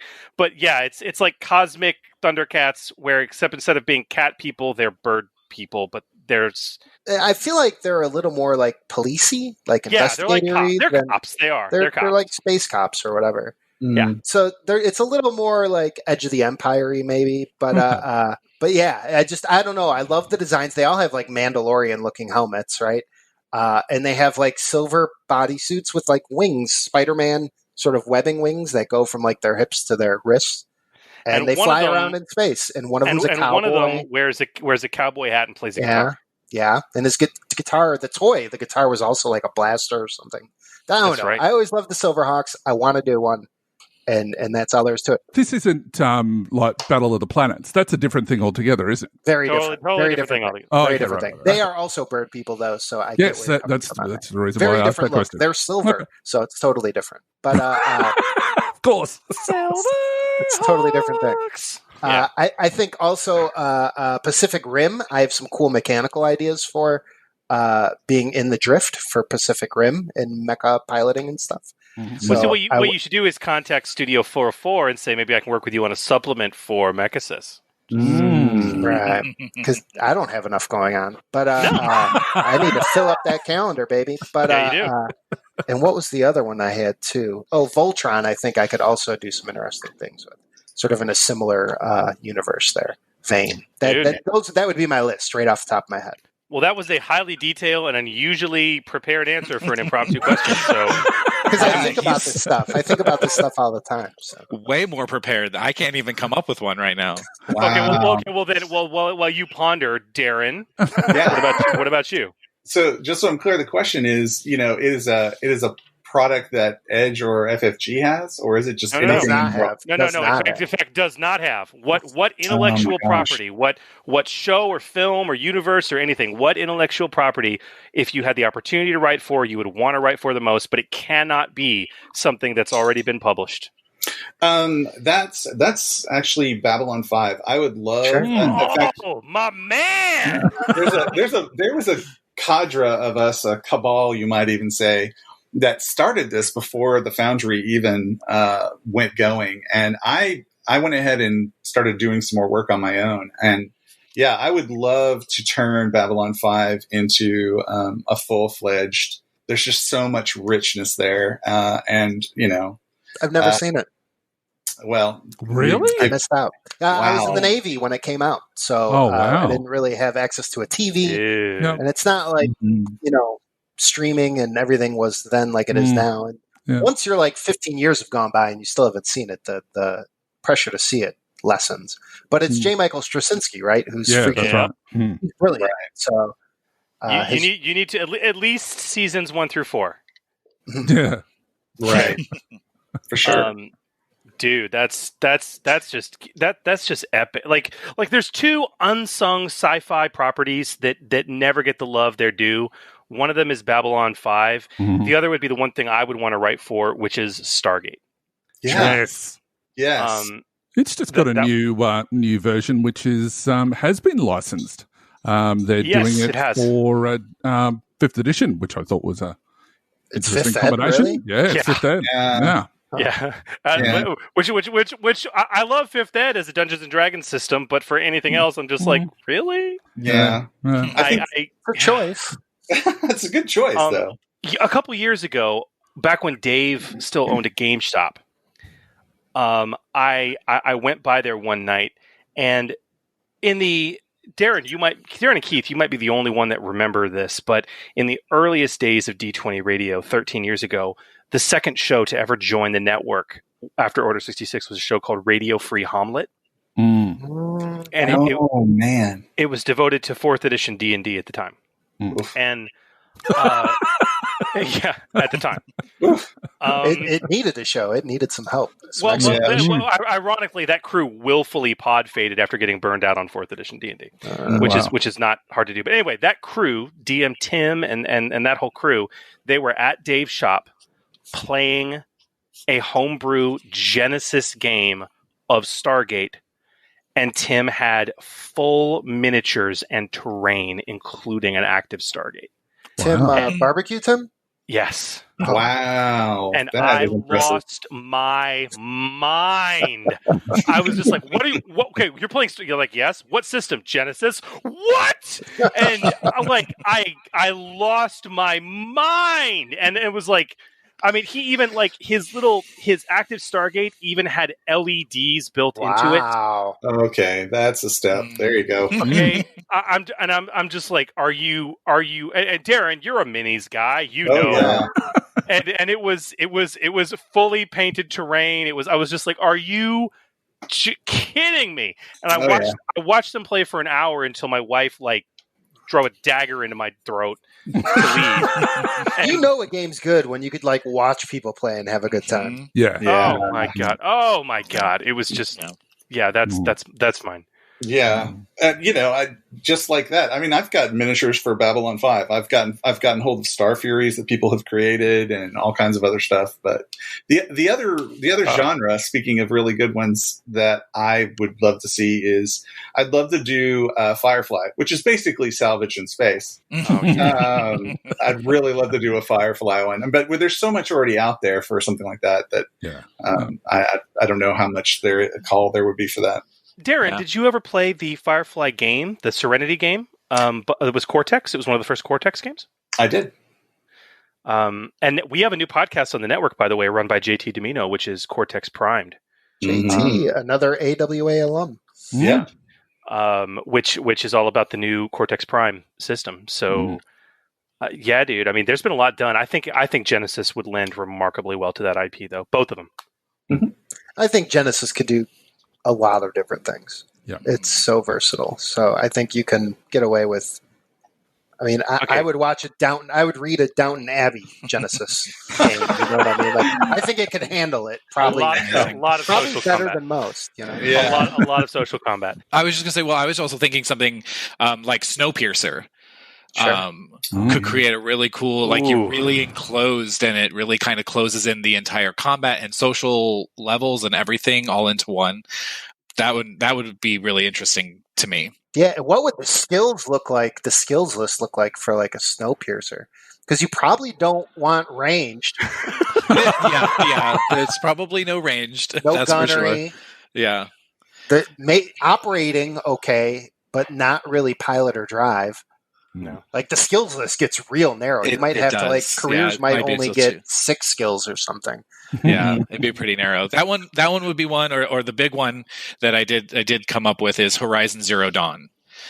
Yeah, I would love to write a setting in that kind of world. Speaking of Horizon Zero Dawn, another recent addition that we talked about at the start of the show to the Foundry came out a few weeks back from Lee Ironside, who's produced some very interesting stuff. He did the cybernetics and Gmods and gun locker and career specializations for Android. He produced dinosaurs! ! Which is basically a prehistoric bestiary.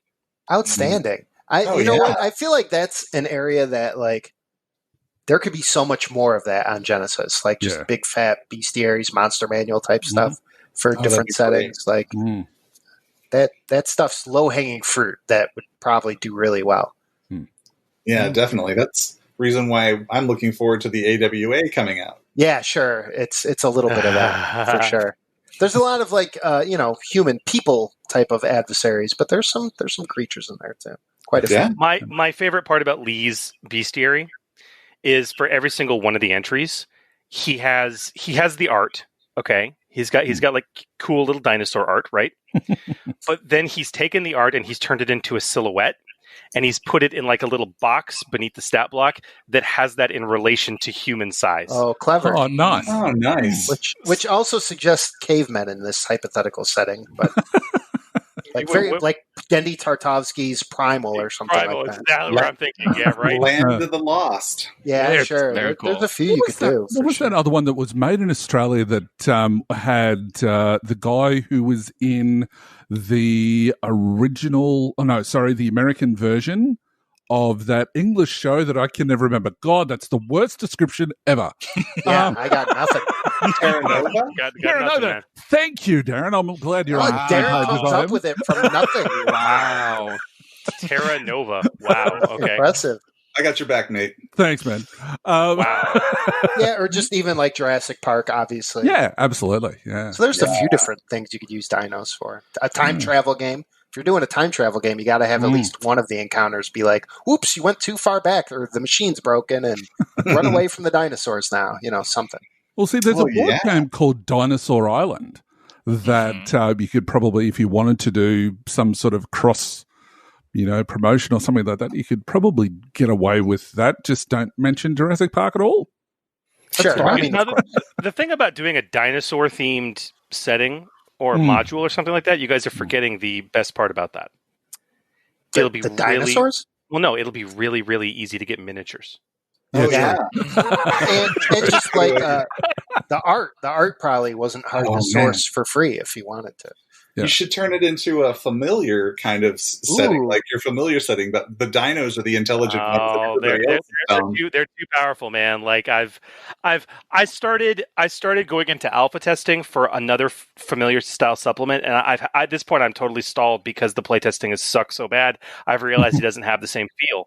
I started writing a sister supplement called Companions, which was it's too familiar. It's druidic and primal magic and druidic animal companions compared to what familiar would be for arcane and familiars. Right. Yeah, druids didn't get enough love. No.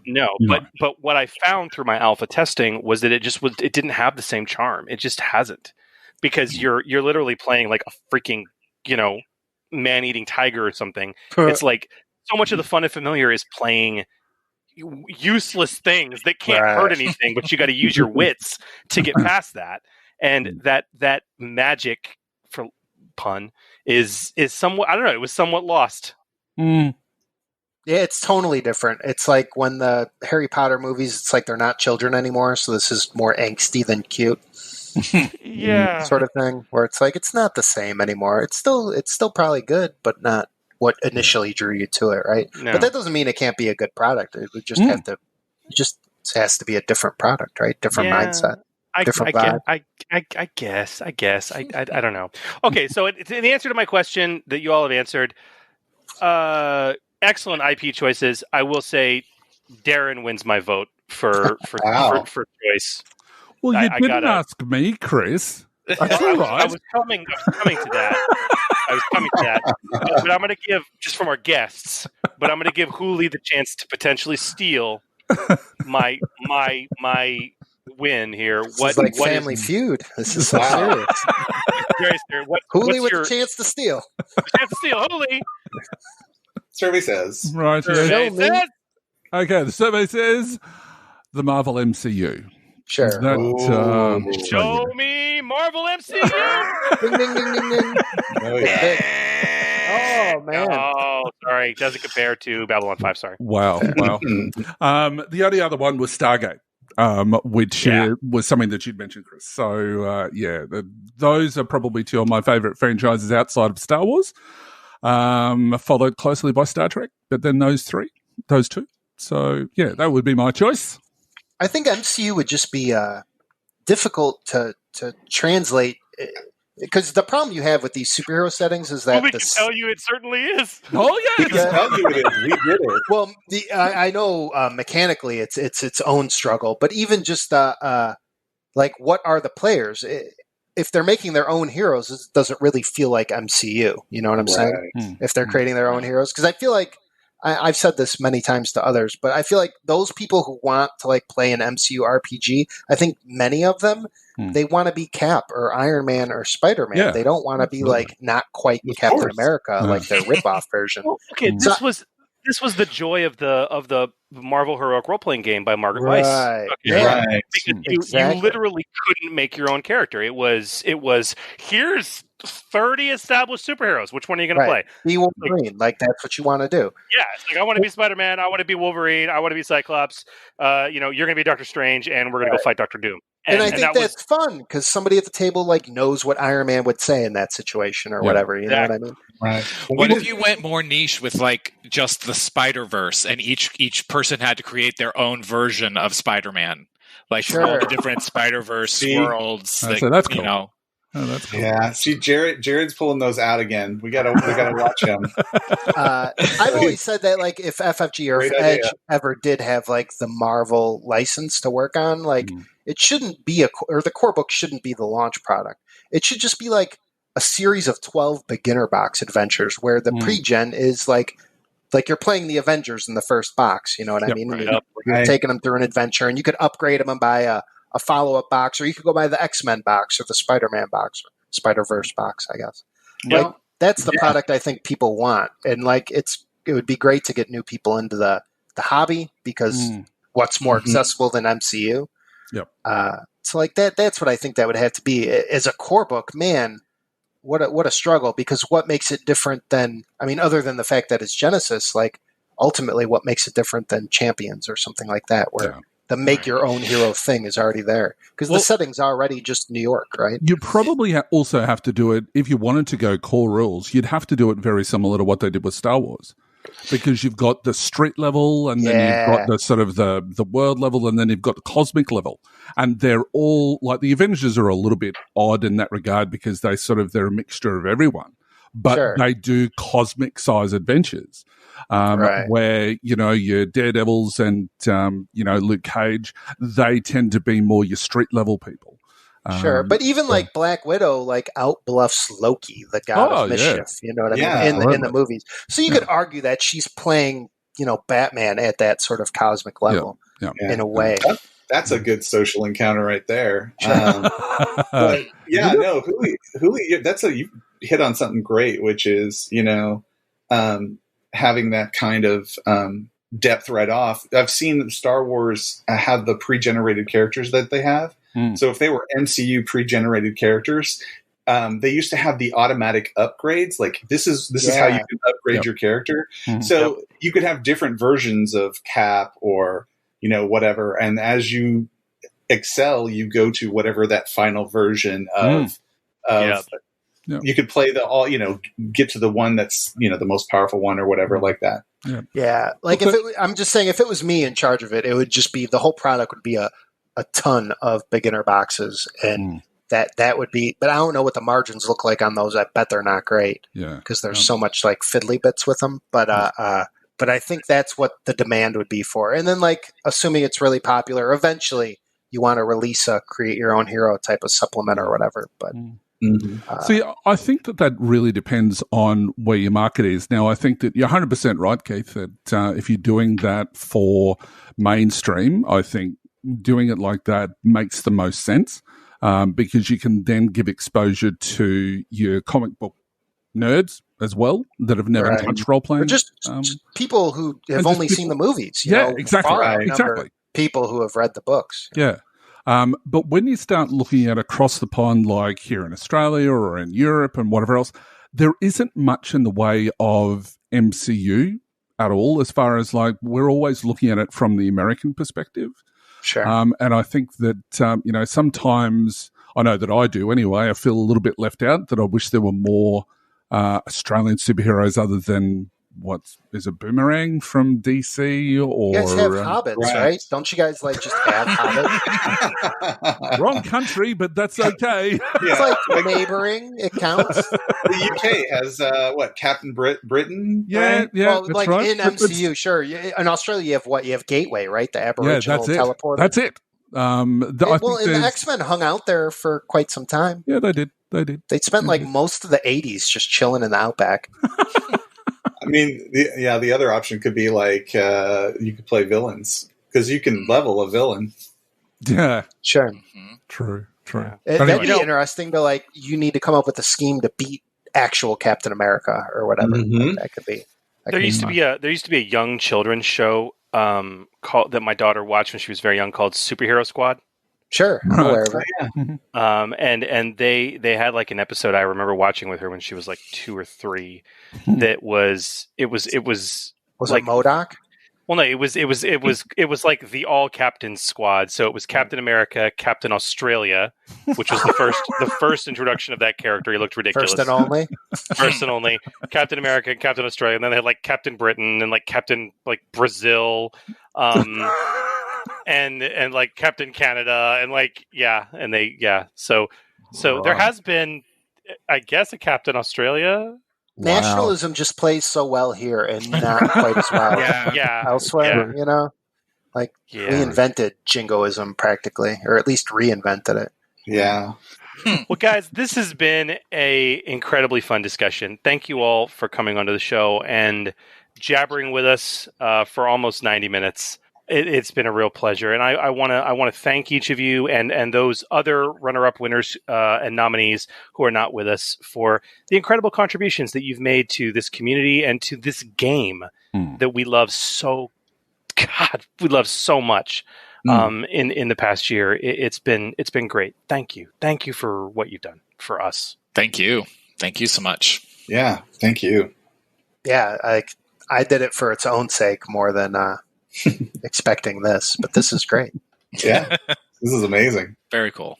No, I think a lot of authors who do work of this type, you do it for yourself. You do it for yourself because it's fun, but you have to realize, even for people that are sitting at Copper or haven't even meddled there yet, but they've got a few dozen people that have downloaded their product, that has meant something to them. It has either enriched their lives personally, or it has enriched a group of people's lives in some way through a hobby that, unfortunately, in this time, in this place, in this world that we're in, for so many people is one of the few bastions of light that sadly can exist for some people. I have friends and people in our community and some people that are going through very tough times right now, and they're experiencing a great deal of emotional turmoil. And I don't mean to get too magnanimous with all this, but the bottom line is that this stupid hobby that we all love so much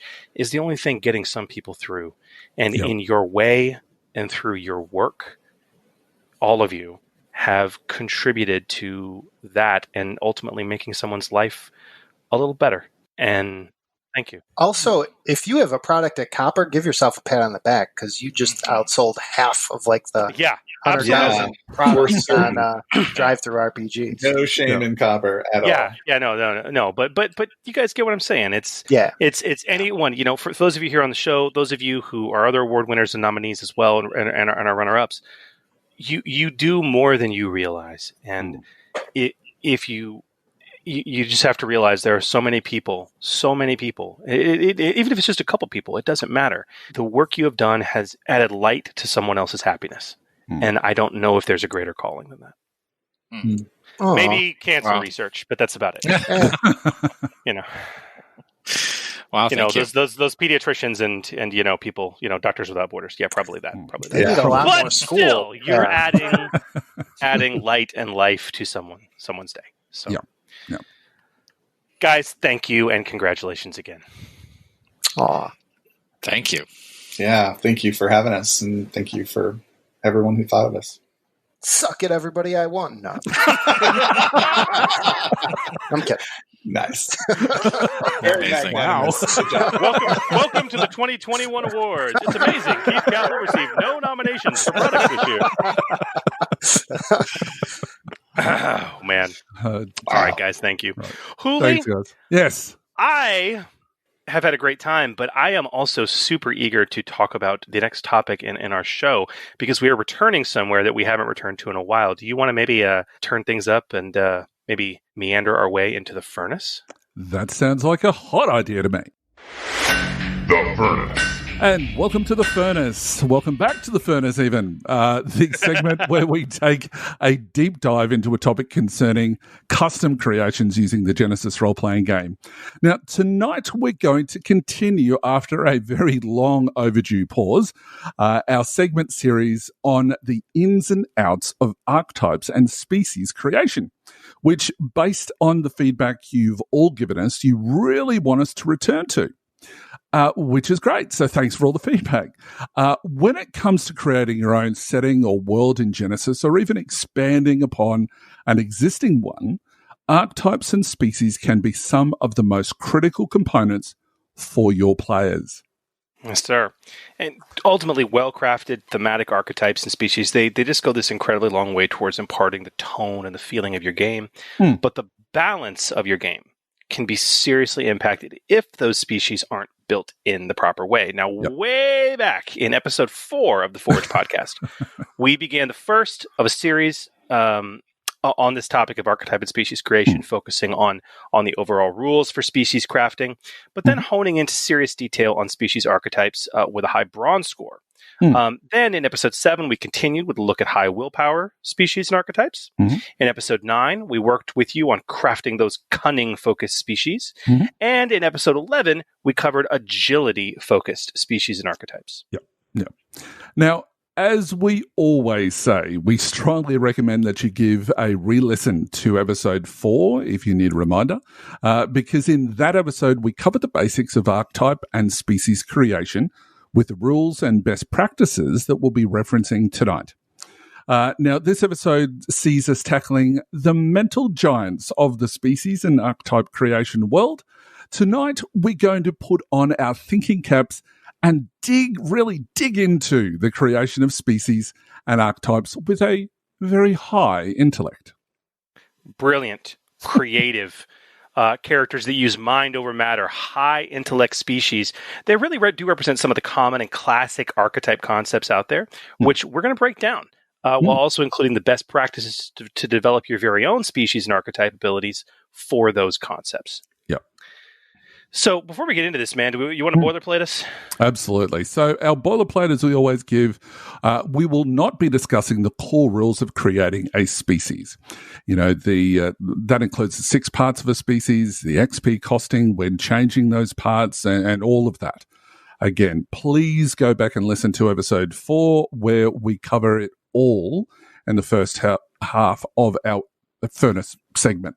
Basically talking about, the creation of species and archetypes.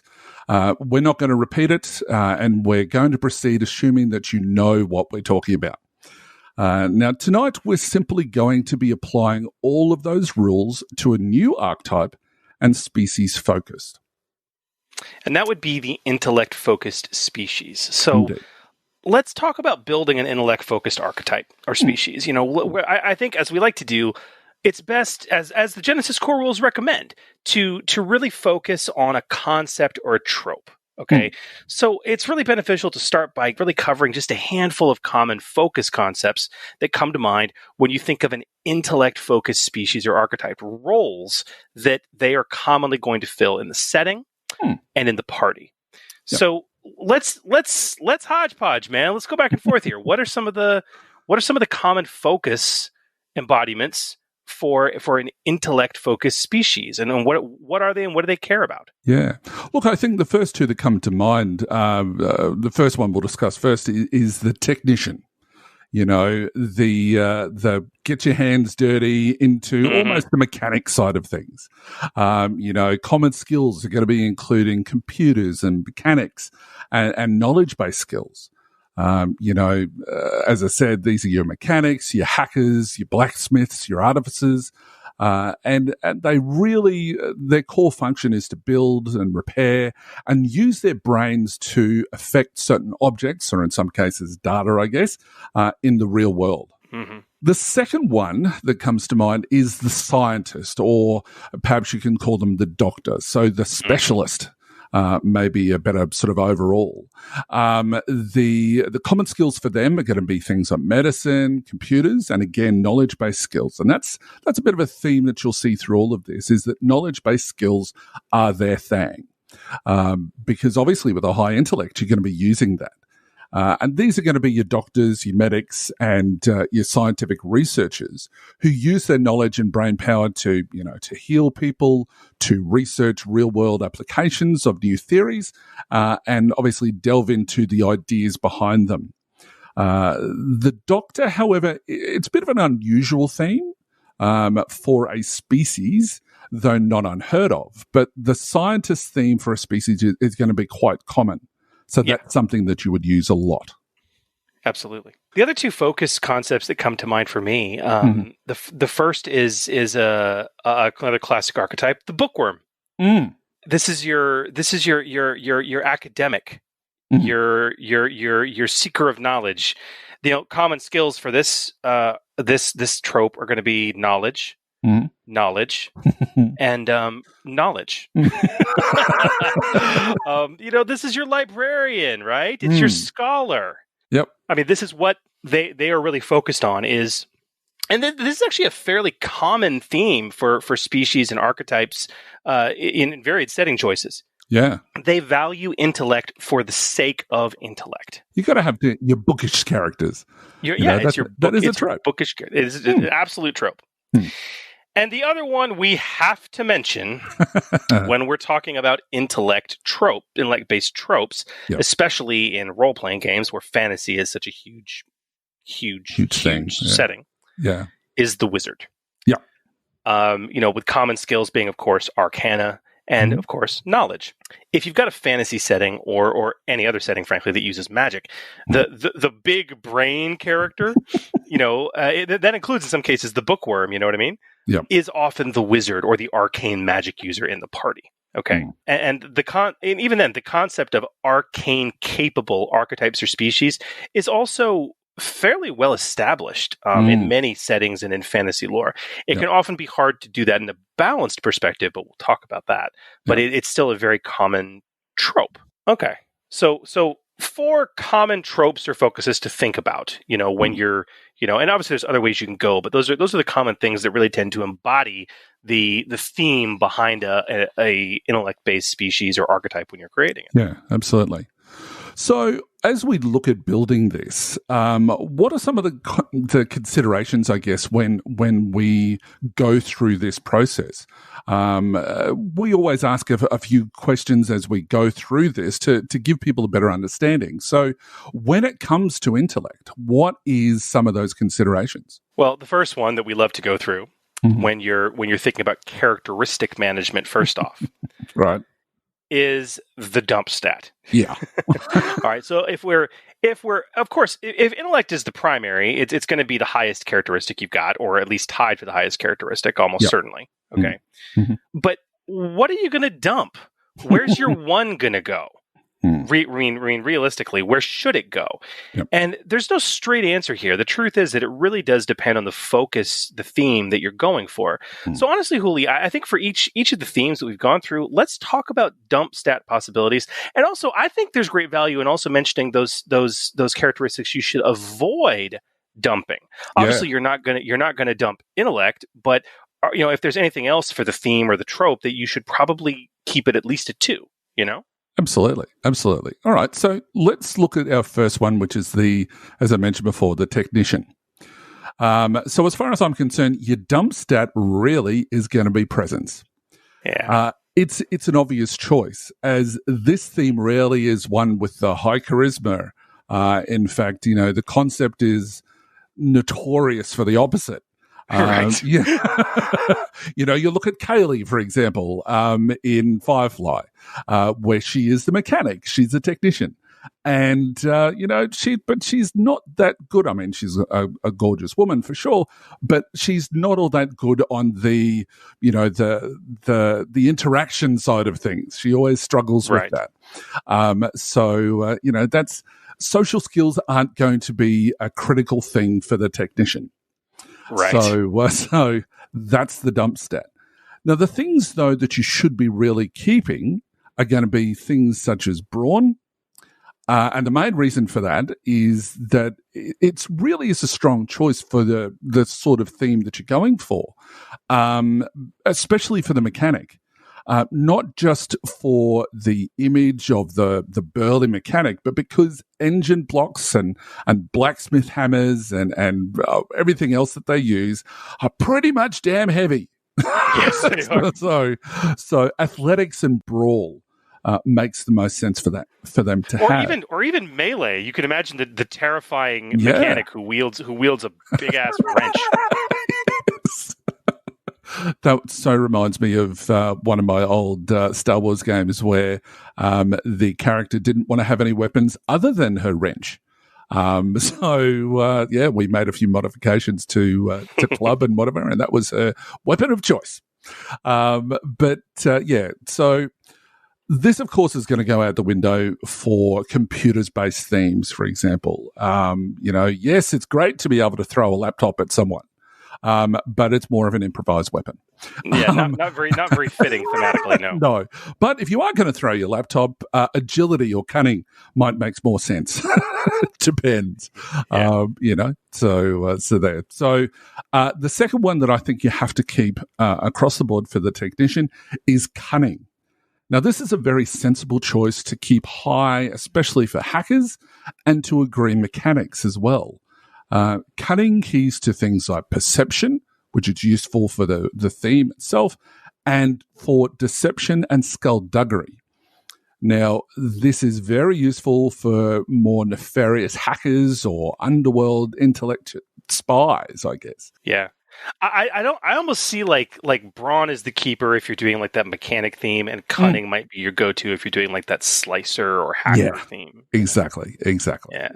So it just depends, as you said before, it depends on the theme that you're going for. But I mentioned it before, Chris. What about the scientist or the doctor? What do you reckon for them? Well, for the scientist or the doctor or the specialist, as you put it, when you're talking about dump, I mean, brawn or agility. Yeah. It's the choice to dump. It's going to have little to no bearing on the target skill layout for a scientist or a doctor theme. I think presence is another common option to dump, especially for the scientist. Maybe a little less so for the doctor. Okay. Yep. But maybe. But ultimately, I mean, social graces and their associated skills are typically lacking from scientific researchers, from a trope perspective, at least. And even then, doctors, a doctor's bedside manner is notoriously maligned, right? To continue your Firefly serenity, despite the fact that he's a good-looking dude, Simon Tam clearly lacks some presence. Which is why he and Kaylee's interactions are always so much fun. Yes, true. Very true. So I think that's hilarious.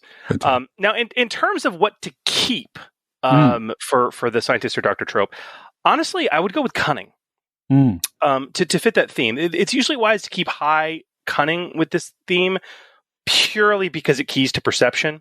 Yep. And especially if you're dealing with a medical professional, that can be a very key skill, and to a lesser extent to a scientist as well. Yeah. So that's kind of where I would kind of hinder there. So yeah, absolutely. Yeah. But what about the bookworm, man? What about the nerd?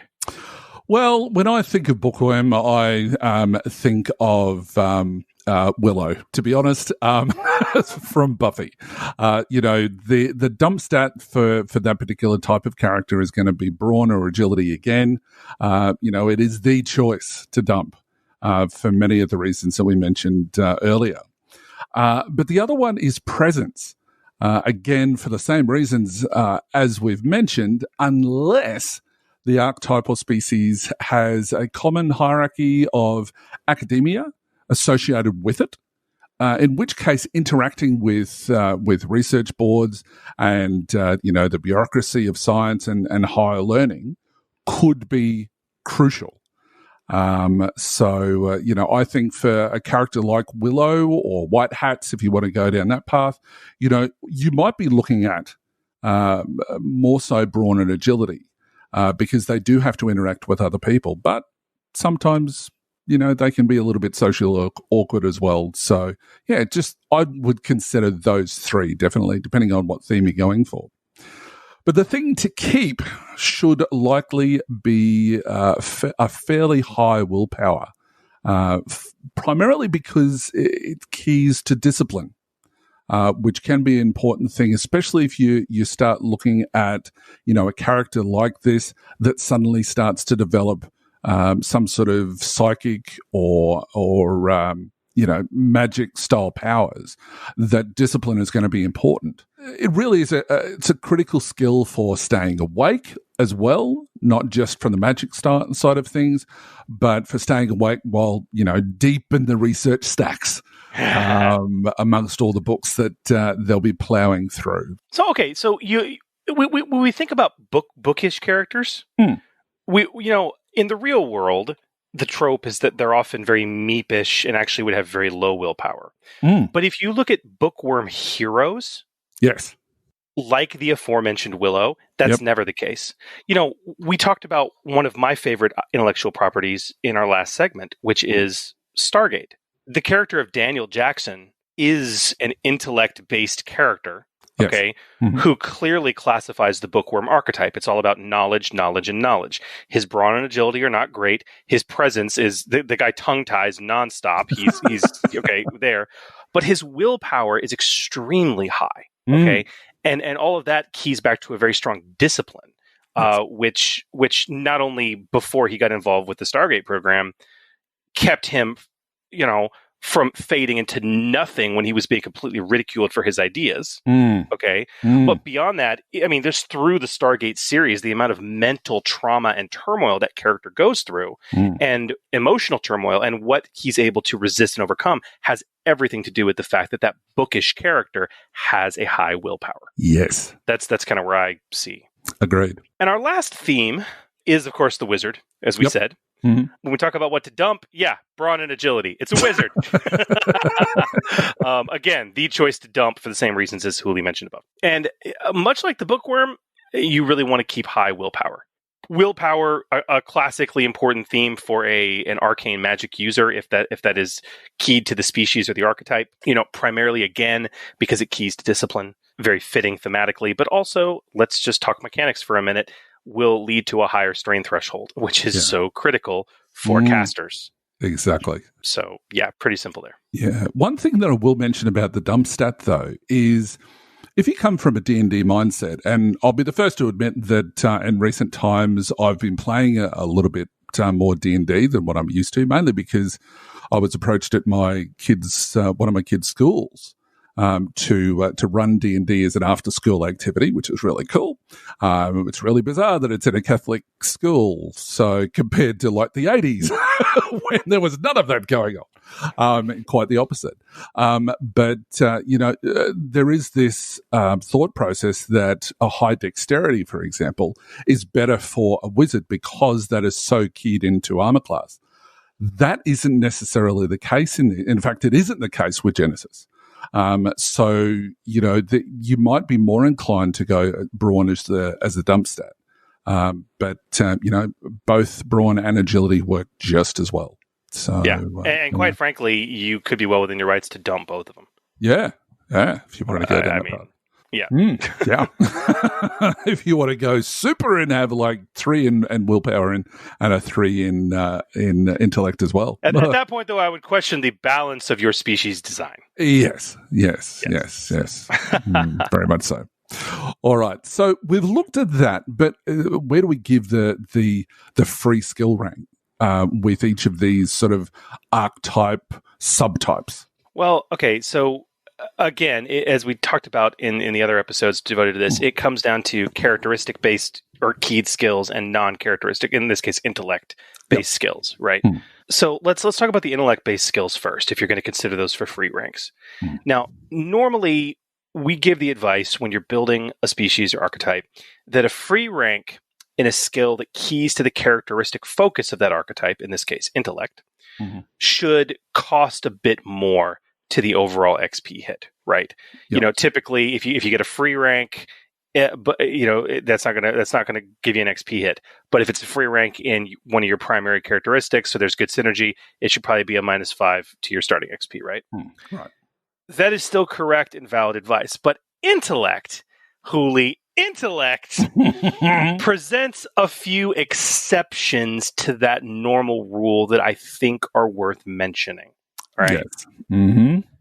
To begin with, computers, mechanics, medicine, operating. These are, for the settings where operating is used, these are primary skills, all of them, with broad frequent usage when the setting includes them. As such, yes, a free rank in any of those skills, if you're an intellect-based characteristic and you're given a free rank in one of those, should cost a bit more, typically an extra 5 to the overall XP hit. Right. But then we come to alchemy and astrocartography. Yeah. Now, alchemy, you could, depending on how deeply it's used in the setting, you could put it into the same category as computers, mechanics, medicine, and operating, but not typically. Astrocartography should probably never get put into that category. See, these are intellect-based skills, but the thing is, honestly, I think a GM should be excused for not increasing the XP hit for a free rank in either one of those skills for an intellect-focused archetype. Right. Because of their rare and frankly limited usage. Correct. All right. Yeah. Yep. Unlike the highly general skills of computers, mechanics, medicine, and operating. Yeah. Now, again, if you're going to have some sort of a setting like as a family, we've been watching Once Upon a Time from the ABC network. And that's alchemy is a huge thing. Yeah, absolutely. At that point, if you're an intellect-based archetype and alchemy is huge in your setting, yeah, buddy, that ain't free. That should be a 5 XP hit. Correct. Okay. Absolutely. But in most fantasy settings where alchemy is allowed, probably not. Yep. And astrocartography, again, if you're in like a sci-fi style setting, that's going to be a big thing, maybe. No, but is it? Is it? Well, it's exactly right. It's not going to be a main thing unless it needs to be. I know that all the Star Wars stuff that I've done, that unless it's done really urgently, that's the only time that I'm going to make a check. Otherwise, okay, you punch in the stuff in the computer and off you go, because they've got enough time to do that. They don't need to be rushing anything. And that's what Star Wars has taught me about what is in Star Wars astrogation. Yeah. And that's why I would not increase the XP hit for that, even though it's an intellect-based skill. Absolutely. But here's where it gets weird, Hooli. Yes. Knowledge. Yeah. We have to talk about knowledge, because the thing is, in your setting, you won't likely have a knowledge skill. You're going to have several. And please, all of you, Gamer Nation, go take a re-listen to episode 3, where we discuss knowledge skills in your setting and breaking them out quite intensively. Yeah. Because of that, a free rank in one of 4 knowledge skills, because that's what it's going to be. It's not going to be a free rank in every knowledge skill. It's going to be a free rank in one of your varied knowledge skills. Yep. That is going to have, interestingly, as rare and limited a usage as astrocartography. And as such, I think a GM could fairly decide not to increase the XP hit for a free rank in a knowledge skill, even though this is an intellect-based archetype. Yep. Because again, incredibly, it's not generally used. Exactly, because there's going to be an even spread amongst all. Well, it should be when you're running a game. It should be evenly spread across the entire 4. When you start bringing in things like some of your magic, where magic is being used all the time, and we'll get onto this in a moment, that's where you run into the problem. And so we'll touch base on the Arcana skill. Now, we really have to talk about it for exactly the reason that I just gave. Much as we have said for Divine and Primal in episodes 7 and 9, giving a free rank in a magic skill is a big deal for a species. Yeah. Huge. And if you do it... Huge. And this doesn't necessarily just apply to Arcana. This could apply to other skills that you may have created as part of your setting, which really does focus a particular thing, whatever that mechanic is. Well, the bottom line is, if you can hurt somebody with it. Yep. Yeah. I mean, that's what it comes down to. So we're talking combat and magic. Exactly. Yeah. So if you do have something like that, it should be more, it's a higher XP hit. It really needs to be higher of that 5 XP. So you should be looking at that extra 10 XP typically. Yeah. For that increase. Absolutely. So, I mean, like we normally say for those in this case intellect focused skills, if you're talking about computers or mechanics or medicine or something like that, and you want to give them a free rank, that should be worth +5. But if you're going to do Arcana and you're going to do a free rank there, that should be 10 XP off the build. Yep, exactly. Just for balance's sake.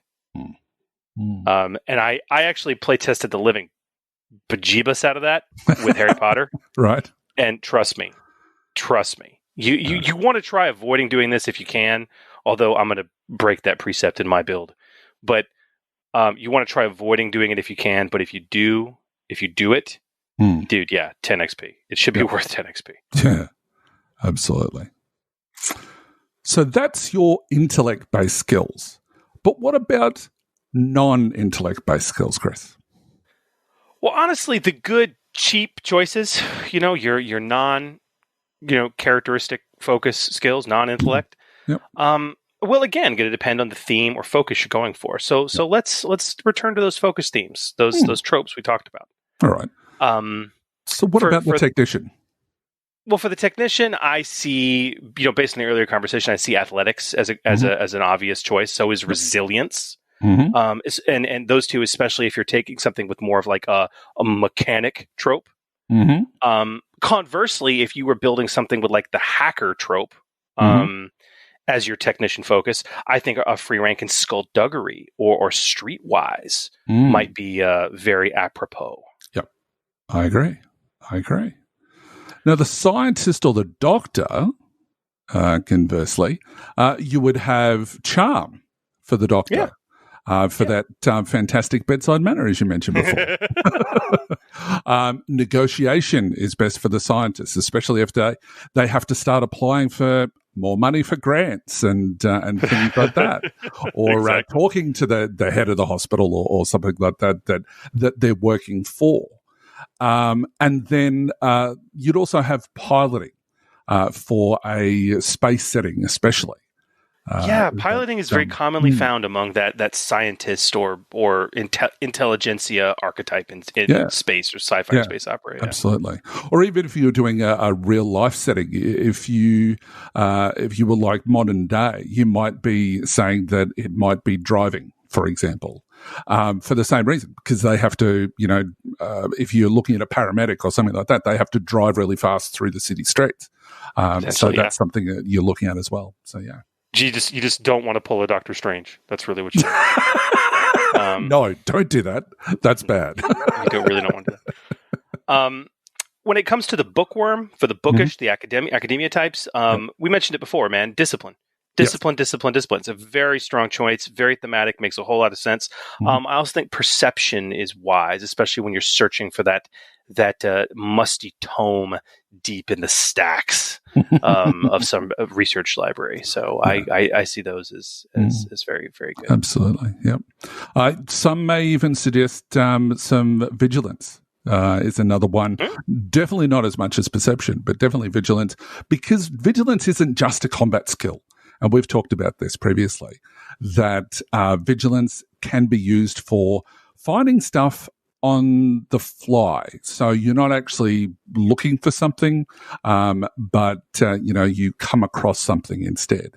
It can be looking for that minutiae of stuff rather than just a general broad sweeping perception. So something to consider there as well. But the wizards, again, discipline makes total sense because it's linked into casting magic. So does resilience, especially if you want to handle those, nasty arcane or alchemical side effects that you're experimenting with or something like that. Those are something to really take a look at. But what about unique abilities? Because we've now talked about our skills. But what about these unique abilities? We've gone through characteristics, we've gone through skills. Okay, so for the unique abilities, let's cover a few high-level options that we can build off of. So as usual, we kind of classify this into two categories, our potent abilities and then our always-on abilities, right? The potent abilities, typically they're the once per encounter or once per session, and they usually require spending a story point. Yep. there's really two categories here. The first is intellect substitution for other characteristics in skill checks. This is really a good one that represents kind of mind over matter and using your brain in lieu of physical characteristics for certain tasks. So, using, well, we have this heavy stone door we have to open. Well, you can hit it with athletics. You know what? I'm going to see if I can find a lever. Yeah. Okay. We've got to sneak across this compound. We'll get your stealthiness on, or I can make a stealth check, but use my intellect instead of my agility to, representing of me mapping out a route away from the security patrols, or realizing certain areas or movements I need to make in order to walk more silently, for example. There was a character in a show, I can't even remember what it is now, but they calculated all of the the cosines and tangents to be able to climb a wall because of the positions of the way that the building was structured. I can't even remember what that character was, but they sort of had sounds that like a Sherlock Holmes thing. Yeah. So, that's something that you could do as well. So, now I recommend that if you do this, where you're substituting intellect for a different characteristic in a different skill check, I think you're probably better off specifying one or two specific characteristics you could substitute intellect for. Okay. Yeah. Two off the top of my head, an ability like mind over matter. A special ability called mind over matter.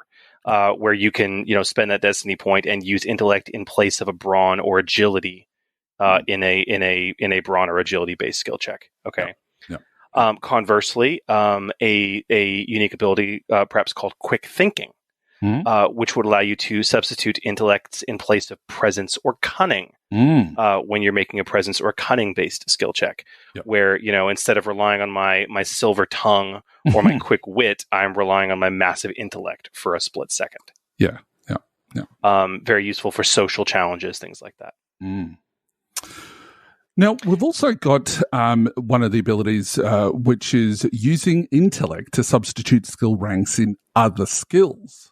Yeah, this is whereas the first potent would be characteristic substitution. This is intellect to substitute skill ranks, right? Right, exactly. So you've got the brilliant ability of the intellectual archetype on page 38 of the Genesys core rulebook that does exactly that, and it can easily be reskinned or reused as it is. To perform something else, which is going to be a little bit more thematic to the archetype that you're going for. And dude, if it fits, just use it. Put it in there. Give them the brilliant ability, as found on page 38 of the Genesys core rulebook. But I mean, those are our potent abilities. Those are the big boys. They're usually worth 10 XP. Exactly. What about the always-on abilities? Those less potent abilities, but that don't cost you anything like a story point to use. They're typically always in play. Yeah, look, it's hard to come up with some flavorful ones that make sense for an intellect-focused species, especially because that intellect is just something that is, normally on always. You're always looking at things. You're always, you're trying to work things out. It's what the brain does. But as far as talents that are always coming into play, we do have a few suggestions, but it has been a little bit more difficult. Abilities that remove one setback die for a specific intellect-based skill is a really good choice. For example, an ability like machine-minded, which always lets the archetype remove one setback die from any mechanics check they would make, would be great for a technician-themed archetype, for example. Absolutely. Star Wars has a fair bit of those types of special abilities. Abilities that add boost die under certain circumstances with an intellect-based skill is also really helpful. For example, an ability like Hive Mind, which lets the archetype add one extra boost die when receiving the benefit of the assist maneuver on a computer's check, or perhaps even a knowledge check. If we look at Star Trek, we have the Binars, if you remember from first season, Next Generation, I think it was, or it might be second, that the species, when they're together as a group, their intellect actually increases because of the way that they communicate. So something like that is what you're looking for, more that hive mind mentality. Now, I think that when you're going to do this, especially when it comes to removing a setback die or adding a boost, you have to keep it very specific. If you want it to be worth 5 XP. Agreed. For the removal of one setback die, I mean, you should specify the skill it applies to. Okay, it shouldn't be for any intellect-based skills. And for the addition of a boost die, I mean, what I like about our example made-up ability of Hive Mind is that it's under very specific circumstances. So not only does it designate the specific skill it would apply to, and it should only apply to a single skill, not all intellect-based skills, but it also only applies in a specific circumstance. It's where you've got your limiter. Yeah, and so it's when you're receiving the benefit of the assist maneuver specifically on a computer's check or on a knowledge check or on a mechanics check or whatever it is. When you're making that check and someone's assisting you, guess what? You get 2 boosts instead of 1 boost. Yeah, very, very cool. Okay, so Huli, now that we have gone through all this and we've talked about some best practices and some characteristic layouts and some free skill choices and costings and unique abilities. Let's do what we do and put this into practice, shall we? Yes, indeed. Let's break the rules. As we do, Huli and I are going to create live here on the show some Intellect archetype builds. And do you want to go first? Or you want me to go first? Oh, you go first. Why not? I want to hear this great creation of yours. Okay, so we often say, if you're going to have a species that has, or an archetype that has a free skill rank in something that synergizes with their primary characteristic, you typically want to overcost that, right? Right. But we say, it's typically a very bad idea to give them a free rank in magic or a combat skill. It's typically not a best practice, right? Because it can lead to a lot of imbalance. Yep. Well, you can do it if you do it right with the appropriate amount of balance. And so I really wanted to try and play with that and see what that might look like. Right. So by really focusing on that wizard archetype with a bit of a twist. So my creation is the Cambion. Obviously an older word for a half demonic or half infernal creature. Yep. So the write-up I got on this is that the Cambion are a species whose bloodline obviously mixed with the infernal powers a very, very, very long time ago. They are reviled and mistrusted by most due to their inherent arcane ability and their unusual appearance. Very slight builds, which often sport skin in varied shades of red or gray, with horns, sharp teeth, vestigial tails, and solid black eyes. Now, whether this reputation is justified or the Cambions simply respond in kind to the stereotypes placed upon them, they usually live what you could say would be isolated lives, rarely settling together in large groups, which are pretty risky and prone to attack. Cambion children can even be born to quote-unquote normal parents as their dormant lineage takes hold with a random birth, which sadly often results in the death of the infant, except in more enlightened societies. Though rarely trusted, some heroes of Cambion ilk have risen above the inherent fear to become powerful leaders and respected adventurers, though even a revered Cambion must fight usually instant fear and hatred among those unfamiliar with them. I kind of guess where this is going. Yeah. This is obviously a riff off tieflings, right? Yeah, or other demon-blooded fantasy races. I wanted to play with a species that would break our best practice rule of getting a free rank in Arcana. I wanted to create a sort of a natural mage species and show how this could be done in a balanced way. Yeah. All right. So I'll walk you through it.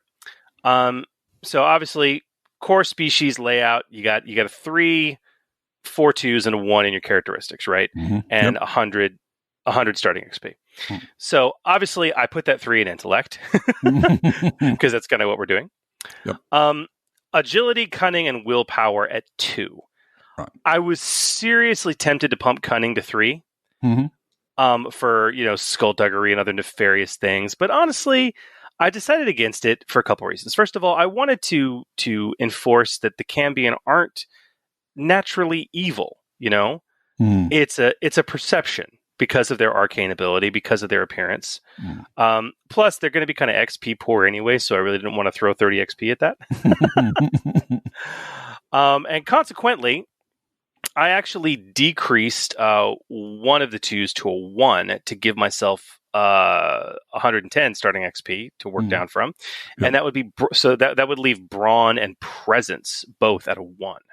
Not only are these that's a bold choice. Look, they're very lithe creatures. Okay, so that's reflected in their brawn score. Brawn, also doesn't matter a whole lot for a natural mage. And presence made sense because they're of 1, their frightful appearance. And 2, just the natural cultural aura of mistrust that surrounds them that I felt would be represented very strongly with the presence of 1. Yeah. Makes sense. So yeah, it made some sense. Now moving down into wound threshold and strain threshold, I kept wound threshold at a 10 plus brawn. Right. But I bumped willpower. I bumped strain threshold to 12 plus willpower. Considering the flavor, I didn't find any need to increase the wound threshold, and this actually, unfortunately, means with their naturally low brawn, they're going to be suffering pretty heavy in the wound threshold department. I mean, we're talking with no modification, that's a wound threshold of only 11. But honestly, I'm okay with that. Because that represents exactly where you're going for the theme of this lithe species. So yes, physically small, physically weak. Now the +2 increase to strain threshold was something I felt was one very fitting for a naturally arcane species. Because it's obviously in essence going to give them an extra spell. True. When you get down to it. But more importantly, I also felt it represented kind of I think about the fact that strain threshold is also used in social encounters and social interactions. And for a species that has gone through what they go through, I think they would have a naturally higher mental toughness, just accrued over years of being hated and reviled, kind of this thick skin basically in the social sense. So I thought it was a very fitting addition to bump their strain threshold to 12 plus willpower, but that flavorful decision will cost me another minus 10 XP.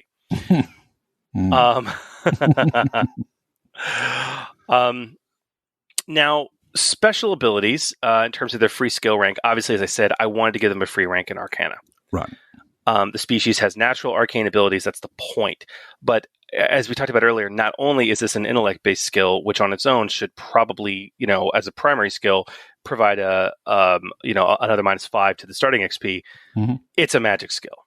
So not only do I not get it for free, I really shouldn't even get it for -5 starting XP. It should cost me -10 starting XP, and that's what I'm costing it at. Yeah, that's fair enough too. But I'm not done. When it comes to other unique rules, I have my first, my kind of free, simple, unique ability. Targeting that 5 XP, tier 1 talent area, right? Yep. And I decided to go to take a page out of the book itself with what I'm calling claws and horns. Instead of claws, it's claws and horns. Right. And I basically the Cambion have a natural attack. And I kind of call that in species description. They have sharp claws or pronounced horns, depending on the Cambion. So, when making an unarmed combat check, they get a +1 to their base damage. They get a critical rating of 3. This made complete sense for the narrative of the species, but I really like the idea of also a low brawn species having a slightly more powerful natural melee attack. to kind of make up for that to a degree, and basically that's going to be my quote unquote free, worth 5 XP ability. Yeah. It also made sense to continue to take another page out of the Genesys core rulebook. Consider the description. I thought maybe I'd get a little bit of XP back by giving them the fearsome quality. Okay. Yep. Mm-hmm. Which is right out of the book. Basically can be interfered by non-Cambians. And they add a setback die to, correspondingly, they're going to add a setback die to any charm, deception, leadership, and negotiation checks they make, but also add a boost die to any coercion checks they make. And obviously, none of that applies if they're interacting with other Cambion. Yep. And this is, again, straight from the Genesys core rulebook, page 193. It made total sense for the narrative. And I get plus 5 XP back to starting XP, so that was really nice. But honestly, I didn't really like the 95 XP because that was kind of where I was at right now. It was 95 XP. I'm like, wow, this just feels too high for a naturally arcane species like this. Right. So I decided to give myself and the Cambion another unique rule, and I wanted it to be a doozy. I wanted it to be worth minus 10 starting XP. Mm-hmm. So I did something. I took some of the things we talked about and I changed it a bit more. Okay. I came up with a special ability called Infernal Heritage. Once a session, your character, the Cambion, can spend a story point as an incidental. So it's a story point driven thing once a session. If they do so during the next brawn or agility based skill check they make during that turn, you count their ranks in the skill as being equal to their ranks in Arcana. Oh. So I thought this was kind of an interesting twist. We talked about using intellect to substitute, in the same way to substitute for other characteristics, or as you talked about, to substitute for for skill ranks in certain skills. Yep. I really wanted to focus on that natural arcana thing. So it's like, and this is obviously going to be a lot stronger for, early on. This is going to be nowhere near as powerful as it will be later on for the character. Sure. Where it's going to be a lot easier to get to 5 in arcana than it is going to be to get to 5 in intellect. So some playtesting might bear this out. But consequently early on, it means that it's not going to be as powerful as if it was an intellect substitution base, right? Yeah. So it's definitely a spin on the powerful abilities we discussed earlier. Yep. And to me, it just represents using magical power and your knowledge of it to enhance physical acts, which I found to be absolutely terrifying. And, so what you've got is an experienced Cambion here with this infernal blood and their own mastery of arcane magic. I mean, this means that they could apply their ranks in Arcana to a melee check, or to an athletics check, or to a coordination check, or a ranged heavy check, right? And once a session for a story point, they could do that, and then potentially have massive ranks. As just using the power of magic to power physical abilities. I thought it was very thematic, very terrifying, but definitely worth minus 10 XP. Yeah, definitely. And that ultimately would bring my starting XP down to 85, which I think is very fitting for a fantasy race of this kind. Especially, it might seem a little high actually when you consider their natural arcane abilities. Yep. But when you consider that they've got fearsome they have to deal with, and most importantly that they're really glass cannons when you get down to it, with a very low wound threshold and very low brawn, I think it's well costed. Yeah. So I agree. I really like the way that you've taken that ability. What is it? Is it brilliant or something like that? I can't remember which one it is that turns that on its head. Where you're substituting your ranks. Brilliant does it for your actual intellect, I think it is. To score, and that's where I was turning it on its head. So I said, I've never messed with a special ability like that before, and so I really would want to get it on the table and do some play testing. But I got a hunch I don't think it's going to be overpowered. No, Very good. Now, for me, I didn't do any sort of beginning text for it because if you don't know what this particular race is, well, you may not be a Trekkie, I guess, which kind of gives it away. I've decided to do Vulcans. Yes. Now, Vulcans are very much your logic-based. They're stronger than your average human. But they're very, very intellectual, and they use that logic to really sort of hone in on a very specialized field. Now, I had some difficulties because as I was examining, each of the Star Trek RPGs, such as, the 2D20 version from Modifius, the original FASA game, the version from Last Unicorn Games, and of course, Decipher's version. Now, each of them had a very different way of handling Vulcans. And this is what sort of got my brain spinning. How was I going to adapt that, their version into a Genesys version? The overall feel was that they are notably stronger than your average human. So for my build, I decided to break the rules a little bit and decided to go with 2 abilities that have a rating of 3. Now, because we're doing intellect-based, it had to be intellect as one of them. But the other one that I did was brawn. Now, I did consider leaving it at 2 brawn and have some other ability that allowed them to do that, but with just a single boost die. But it made no sense because there's too many skills that they would have that would be, and so it just made more sense. Both from a mechanical perspective, because there would end up being a lot more moving parts. Well, dude, they are stronger and tougher. I mean, by a long shot than humans. I mean, it's not limited to a single skill. You would have to do the characteristic of brawn. You would have to do that. Exactly. So that's kind of where I went for that. For cunning, agility, and willpower, I kept that as 2 for obvious reasons. They don't really have any memorable stories to support any of those attributes greater or lesser than 2. So I decided to keep those at 2. However, presence is what I kept at 1. Now, this, I'm sure, is going to be hotly debated, especially with characters such as Spock, who is somewhat charming in a Vulcan kind of way, depending on which actor it is. But he's technically not a full-blooded Vulcan. No, exactly right. He's only half Vulcan. And, of course, Sub-Commander T'Pol from Star Trek Enterprise. Don't confuse physical attractiveness with presence. Exactly. And that's my point. They're socially awkward because of the logic, because of the lack of emotion.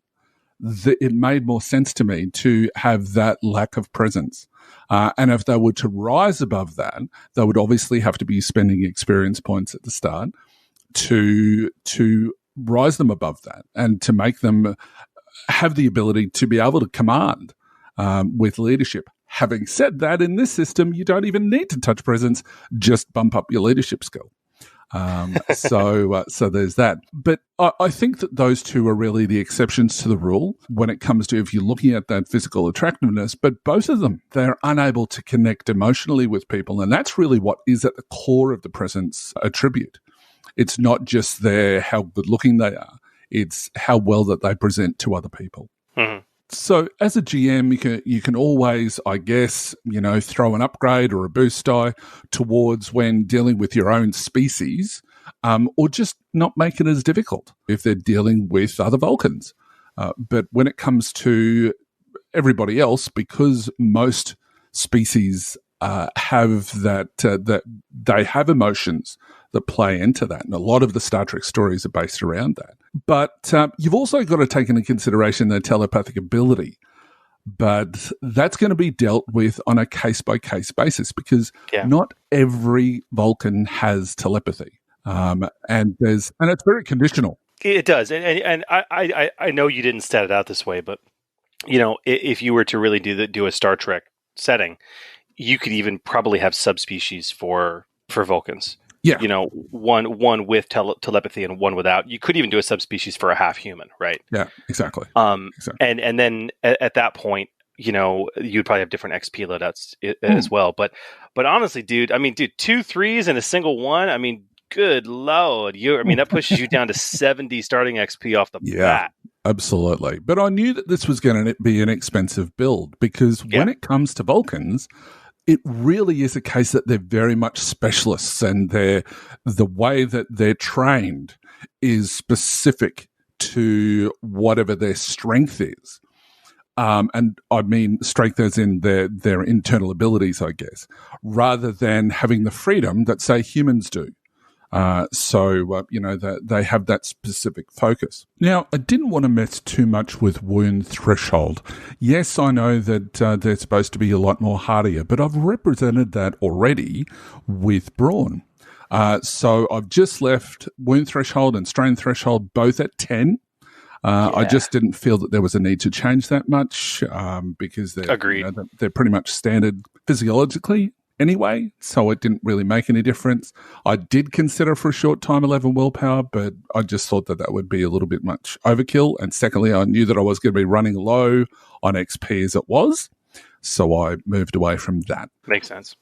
The next thing we looked at is special abilities. Now, even though that it is a knowledge skill, it's not something that's going to be used all the time. Yes, they're obviously going to be quite good at it because they get that free rank at the start, but it doesn't necessarily mean that it's going to be like something like, and we discussed this earlier, Chris, it's not going to be something like a weapon skill or perception or vigilance. It is useful, sure, but it's not something that it's always going to be used all the time. So there isn't a need to take it to that extra -5. However, because I mentioned this before, when it comes to their specialities, I've allowed them to take that skill to rank 3 at the time of character creation. Ooh. So they become even more specialized if they want to. And yes, some of their other skills will become they won't play much into their overall character, but this really focus them even more, and players will be tempted, I think, to take that 3 skill rank because they're super smart people. I mean, when it comes to Vulcans, they really are the superheroes of the Star Trek universe because they just seem to have a bit of pretty much everything. They're very much the Mary Sues or Marty Stews of the galaxy. The only failing they have is their inability to relate to non-Vulcans. I mean, that's really it. So what kind of XP? Like, okay, so like we were saying, if you give yourself a free rank and a knowledge skill, even though it's intellect based, we wouldn't consider that to be worth 5 XP. And so under normal circumstances, that would be basically your free skill. Right. But with the ability to train it to rank 3, I mean, what XP cost did you give that? Look, I gave that a 5 XP cost because it's, again, we're still talking about a skill that isn't necessarily going to be used a lot. Right. But it is something that is, it has to be worth something because it is breaking the rules. Yeah. So that's why I thought that 5 XP was a good costing for that. No, I agree. For other unique rules, I gave them 3 of them. One is it's pretty obvious what it's going to be, and that would be the natural telepathy. Now, as we said that, and look, if you wanted to go by what you said before, Chris, you could basically you could remove this if you needed to. But there's no XP cost for this, and I'll explain why. So your character may use the telepathy skill untrained. However, due to the volatile nature of telepathy, they must upgrade the difficulty when using this skill until they gain formal training. Now, for the most part, for the Vulcans that we see on TV, all of them will have, the ability to be able to mind meld. But mind melding is something that you have to gain training in. It's not something that is taught from a very early age.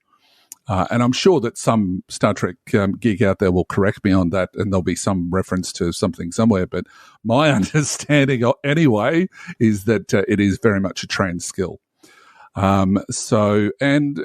Any sort of telepathy when you're reaching into someone's mind is going to be dangerous unless it's untrained. So I needed to put something in there, and an auto upgrade is suitable for that, I think, especially if you're going to be able to be tapping into people's minds.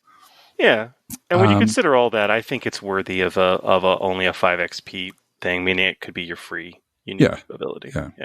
And as I like to do when it comes to, using these things in settings, obviously gaining the necessary training would take the form of a talent, which may or may not be a species-specific talent. And I know that you've mentioned in the past, Chris, that you're not a big fan of those. I think I would treat training as a skill rank. Yeah, true. But that is very true. Yeah.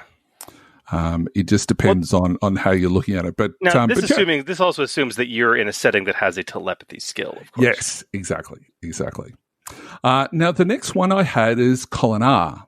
Now, for those Star Trek, non-Star Trek fans amongst us, Colinar is a thing that some Vulcan characters go through. And you see it readily in some of the stories. So I've said with that, your character has undergone the ritual journey to purge all emotion. They add 2 boost die to any checks they make to defend against or resist coercion and other mental attacks targeting that character, or to push their body or mind past difficult environmental circumstances. However, if your character performs a willpower-based check that generates 3 threat, or a despair, the GM may spend these results to declare that you have lost control.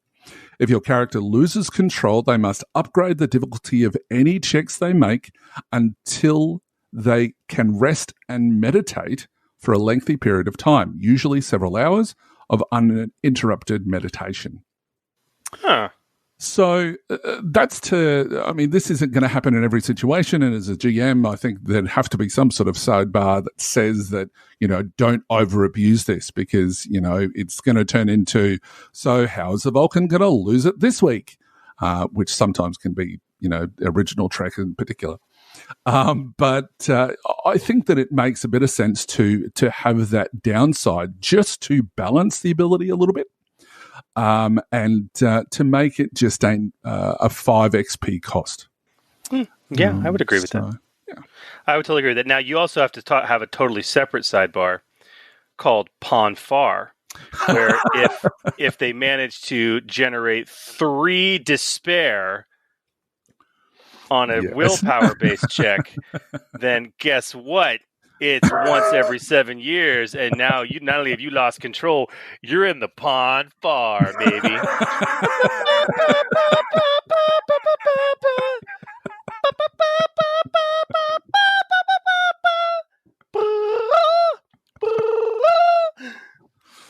Okay, I'm done. Never do that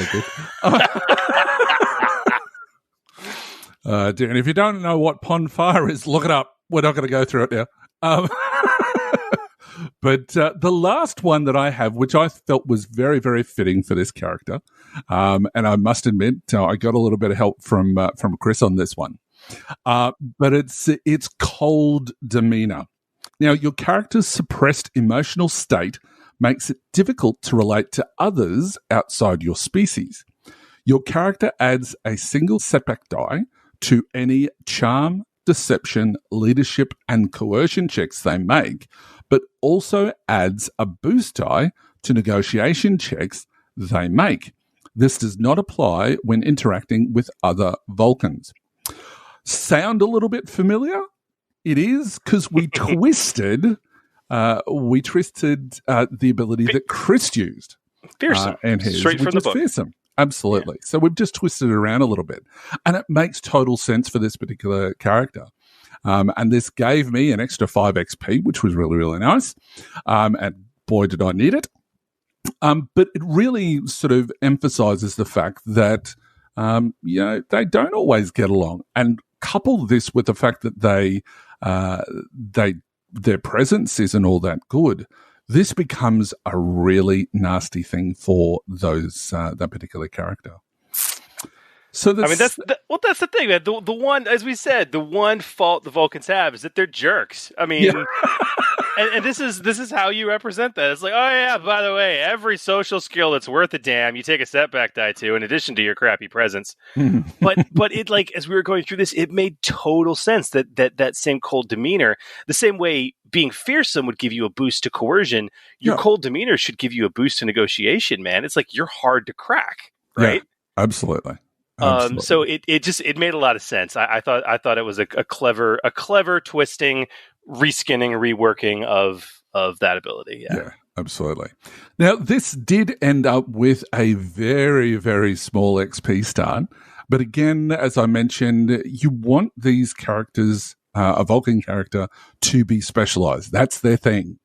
So I ended up with an XP of 65. Which is pretty low comparison to most other species. Well, but I mean, dude, think that it balances it out as far as. Well, dude, you're starting with 2 3s. Okay. Yeah, exactly. All right. Exactly. If that wasn't the case, this would be a 95 XP character. Okay, which is totally in the realm of normalcy. Okay. So it's like, it's just highly specialized. It's like the decision's been made for you. Oh yeah, instead of bumping up your whatever to 3. No, you will be bumping up your brawn to 3. We've already made the decision for you. We've already removed the XP cost for you. Exactly. By the way. Exactly. So yeah, very, very focused characters they end up being, especially at the start. But as you say, Chris, having 3 in 2 and only 1, that makes a pretty potent character. So yeah, I thought that was a Vulcan.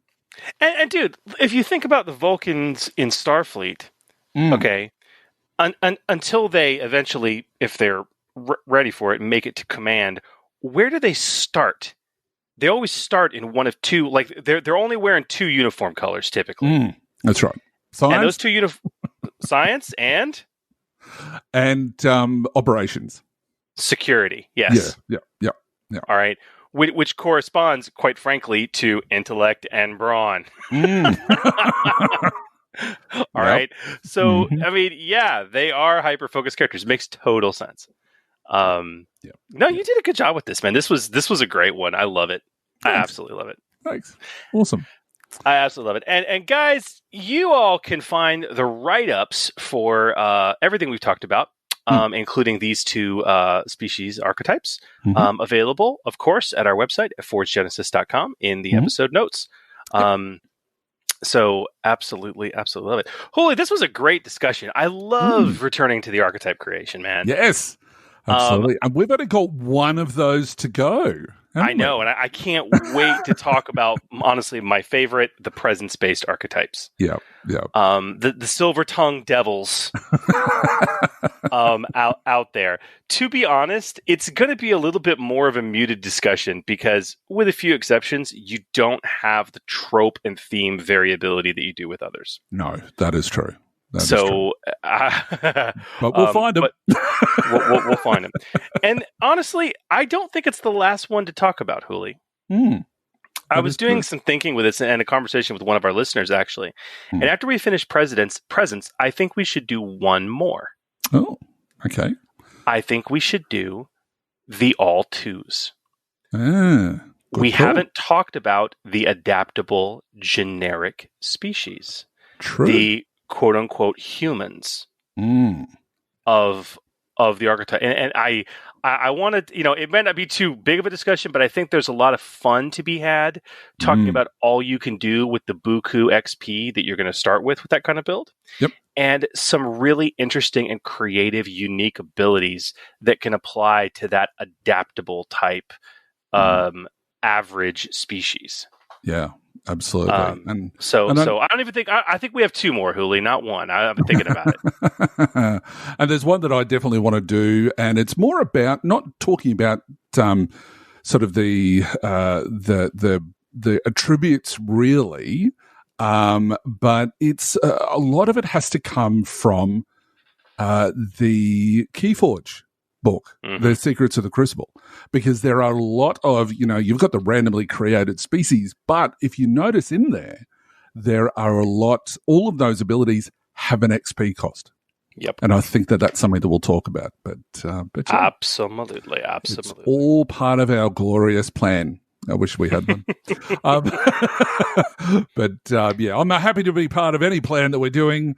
But anyway, that's all right. Look, I think it's time, as I'm trying ever so hard to do one of your wonderful segues, but I fail every time. But I think it's time for Under the Hammer. What do you reckon? I think it's time to get some listener questions. So yeah, let's move into Under the Hammer. Under the Hammer. And welcome to Under the Hammer, the segment where we answer your games and rules questions about the Genesys role-playing game as it impacts both rules, content creation, and play. And we've got more great listener questions this week, and thank you for everyone for waiting for as long as you have. We've only been able to, probably for the length of the show, or due to the length of the show, we've only been able to get to 2 questions, but we will get to more of those in the future. Of course, if you would like to get your questions to run to the top of the queue, just visit patreon.com/Forge Genesys and become a Tier 2 Patreon supporter today. All right, Chris, bring us our first question. This was a fun one. It came in from listener Kyrith via Discord. And he had the following.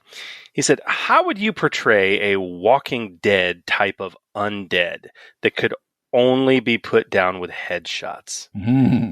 Increase soak, maybe by 5. Ooh, no, Kyrith. No, not by 5. No. Increased wounds, increased defense dice, maybe increase the soak but allow called shots aims to bypass."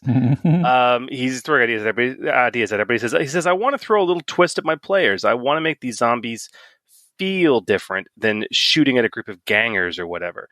Increase the tension, make it feel a little more desperate.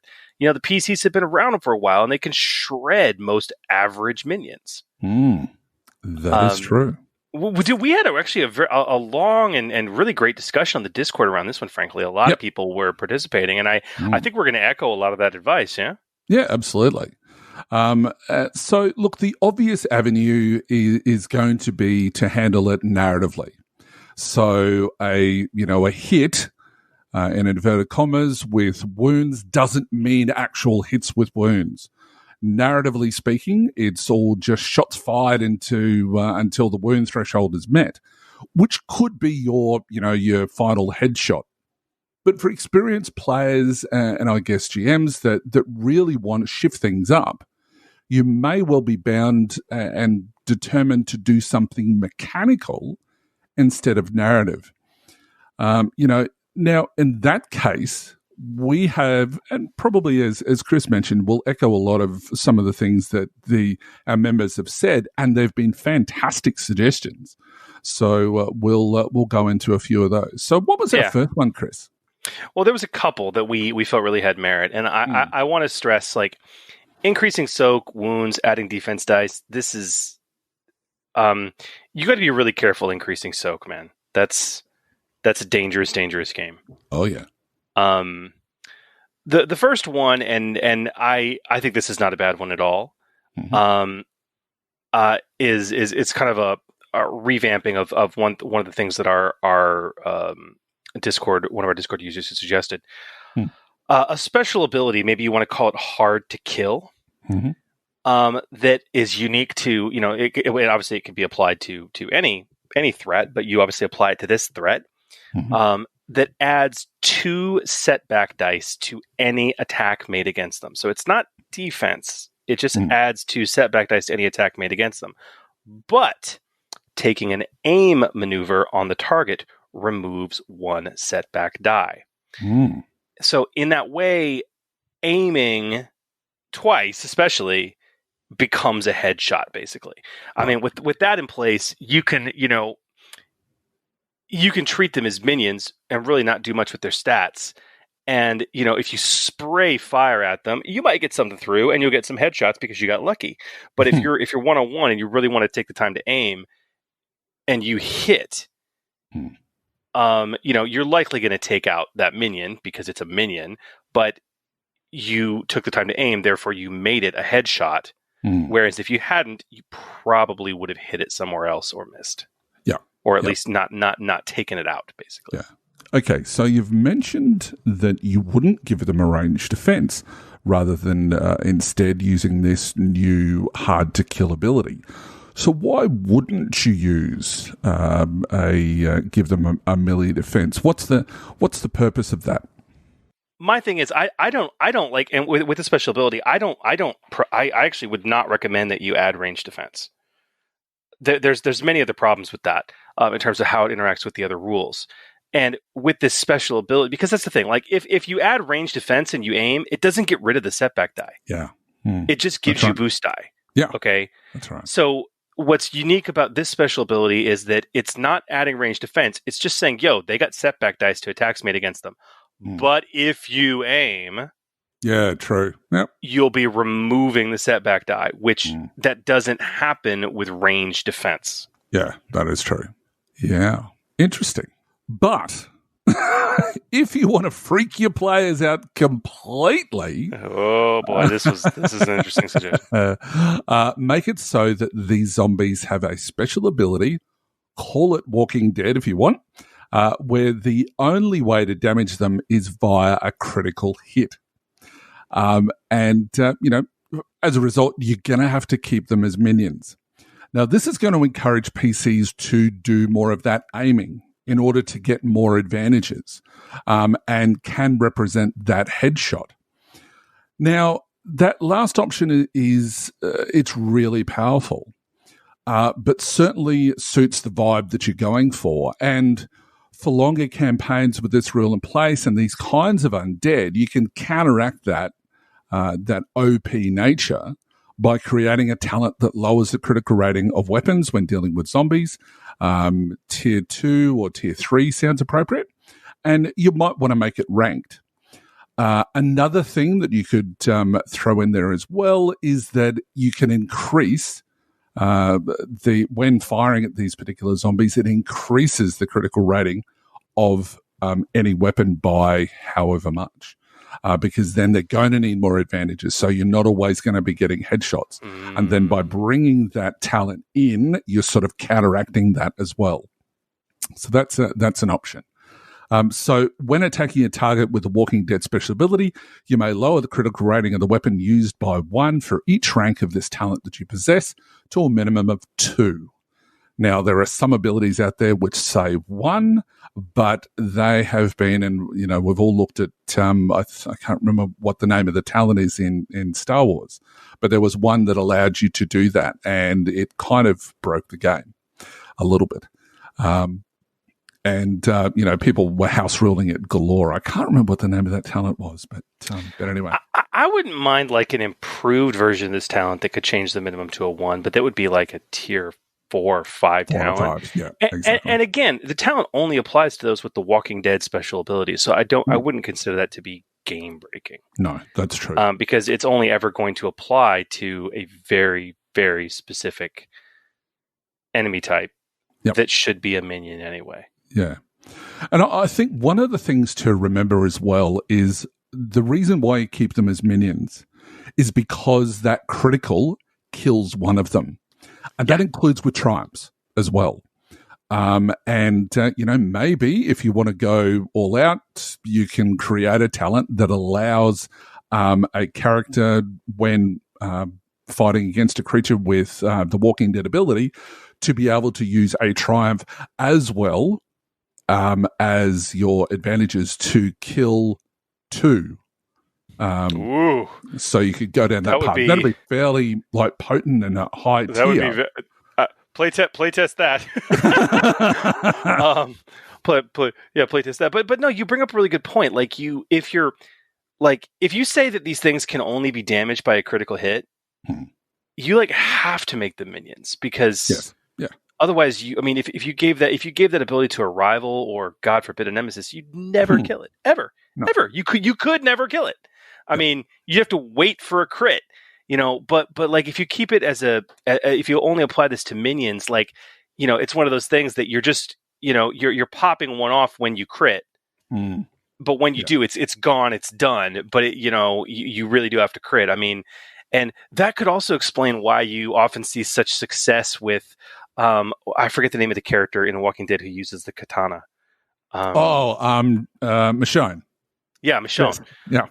Yeah. But melee weapons with like a katana, very low crit ratings, would make a lot of sense why they're so terribly effective. Yeah. Mechanically. But I think it goes without saying, Huli, that with either of these two options, you should either, one, play test it very well first if you can, or if you're in Kyra's situation where he wants to kind of freak out and surprise his players, I think you should let them know ahead of time you're trying something new and unusual, and you need to be ready to roll it back if it becomes not fun. Because there is serious potential for not fun game breakage here. Because even like aiming and increasing and getting more boost die and doing it, I mean, Huli, how often when you roll the pool, when you just giving yourself a bunch of extra dice, and you're like, oh man, I really need to crit, and you just end up rolling a bunch of successes, which is great. You get a lot of damage, but in this scenario, if the minion can only be killed by a critical or harmed by a critical, then, I mean, wow, 7 successes, that means nothing. Yeah. And that happens just as often as Buku Advantage when you start loading dice on. Yeah, exactly.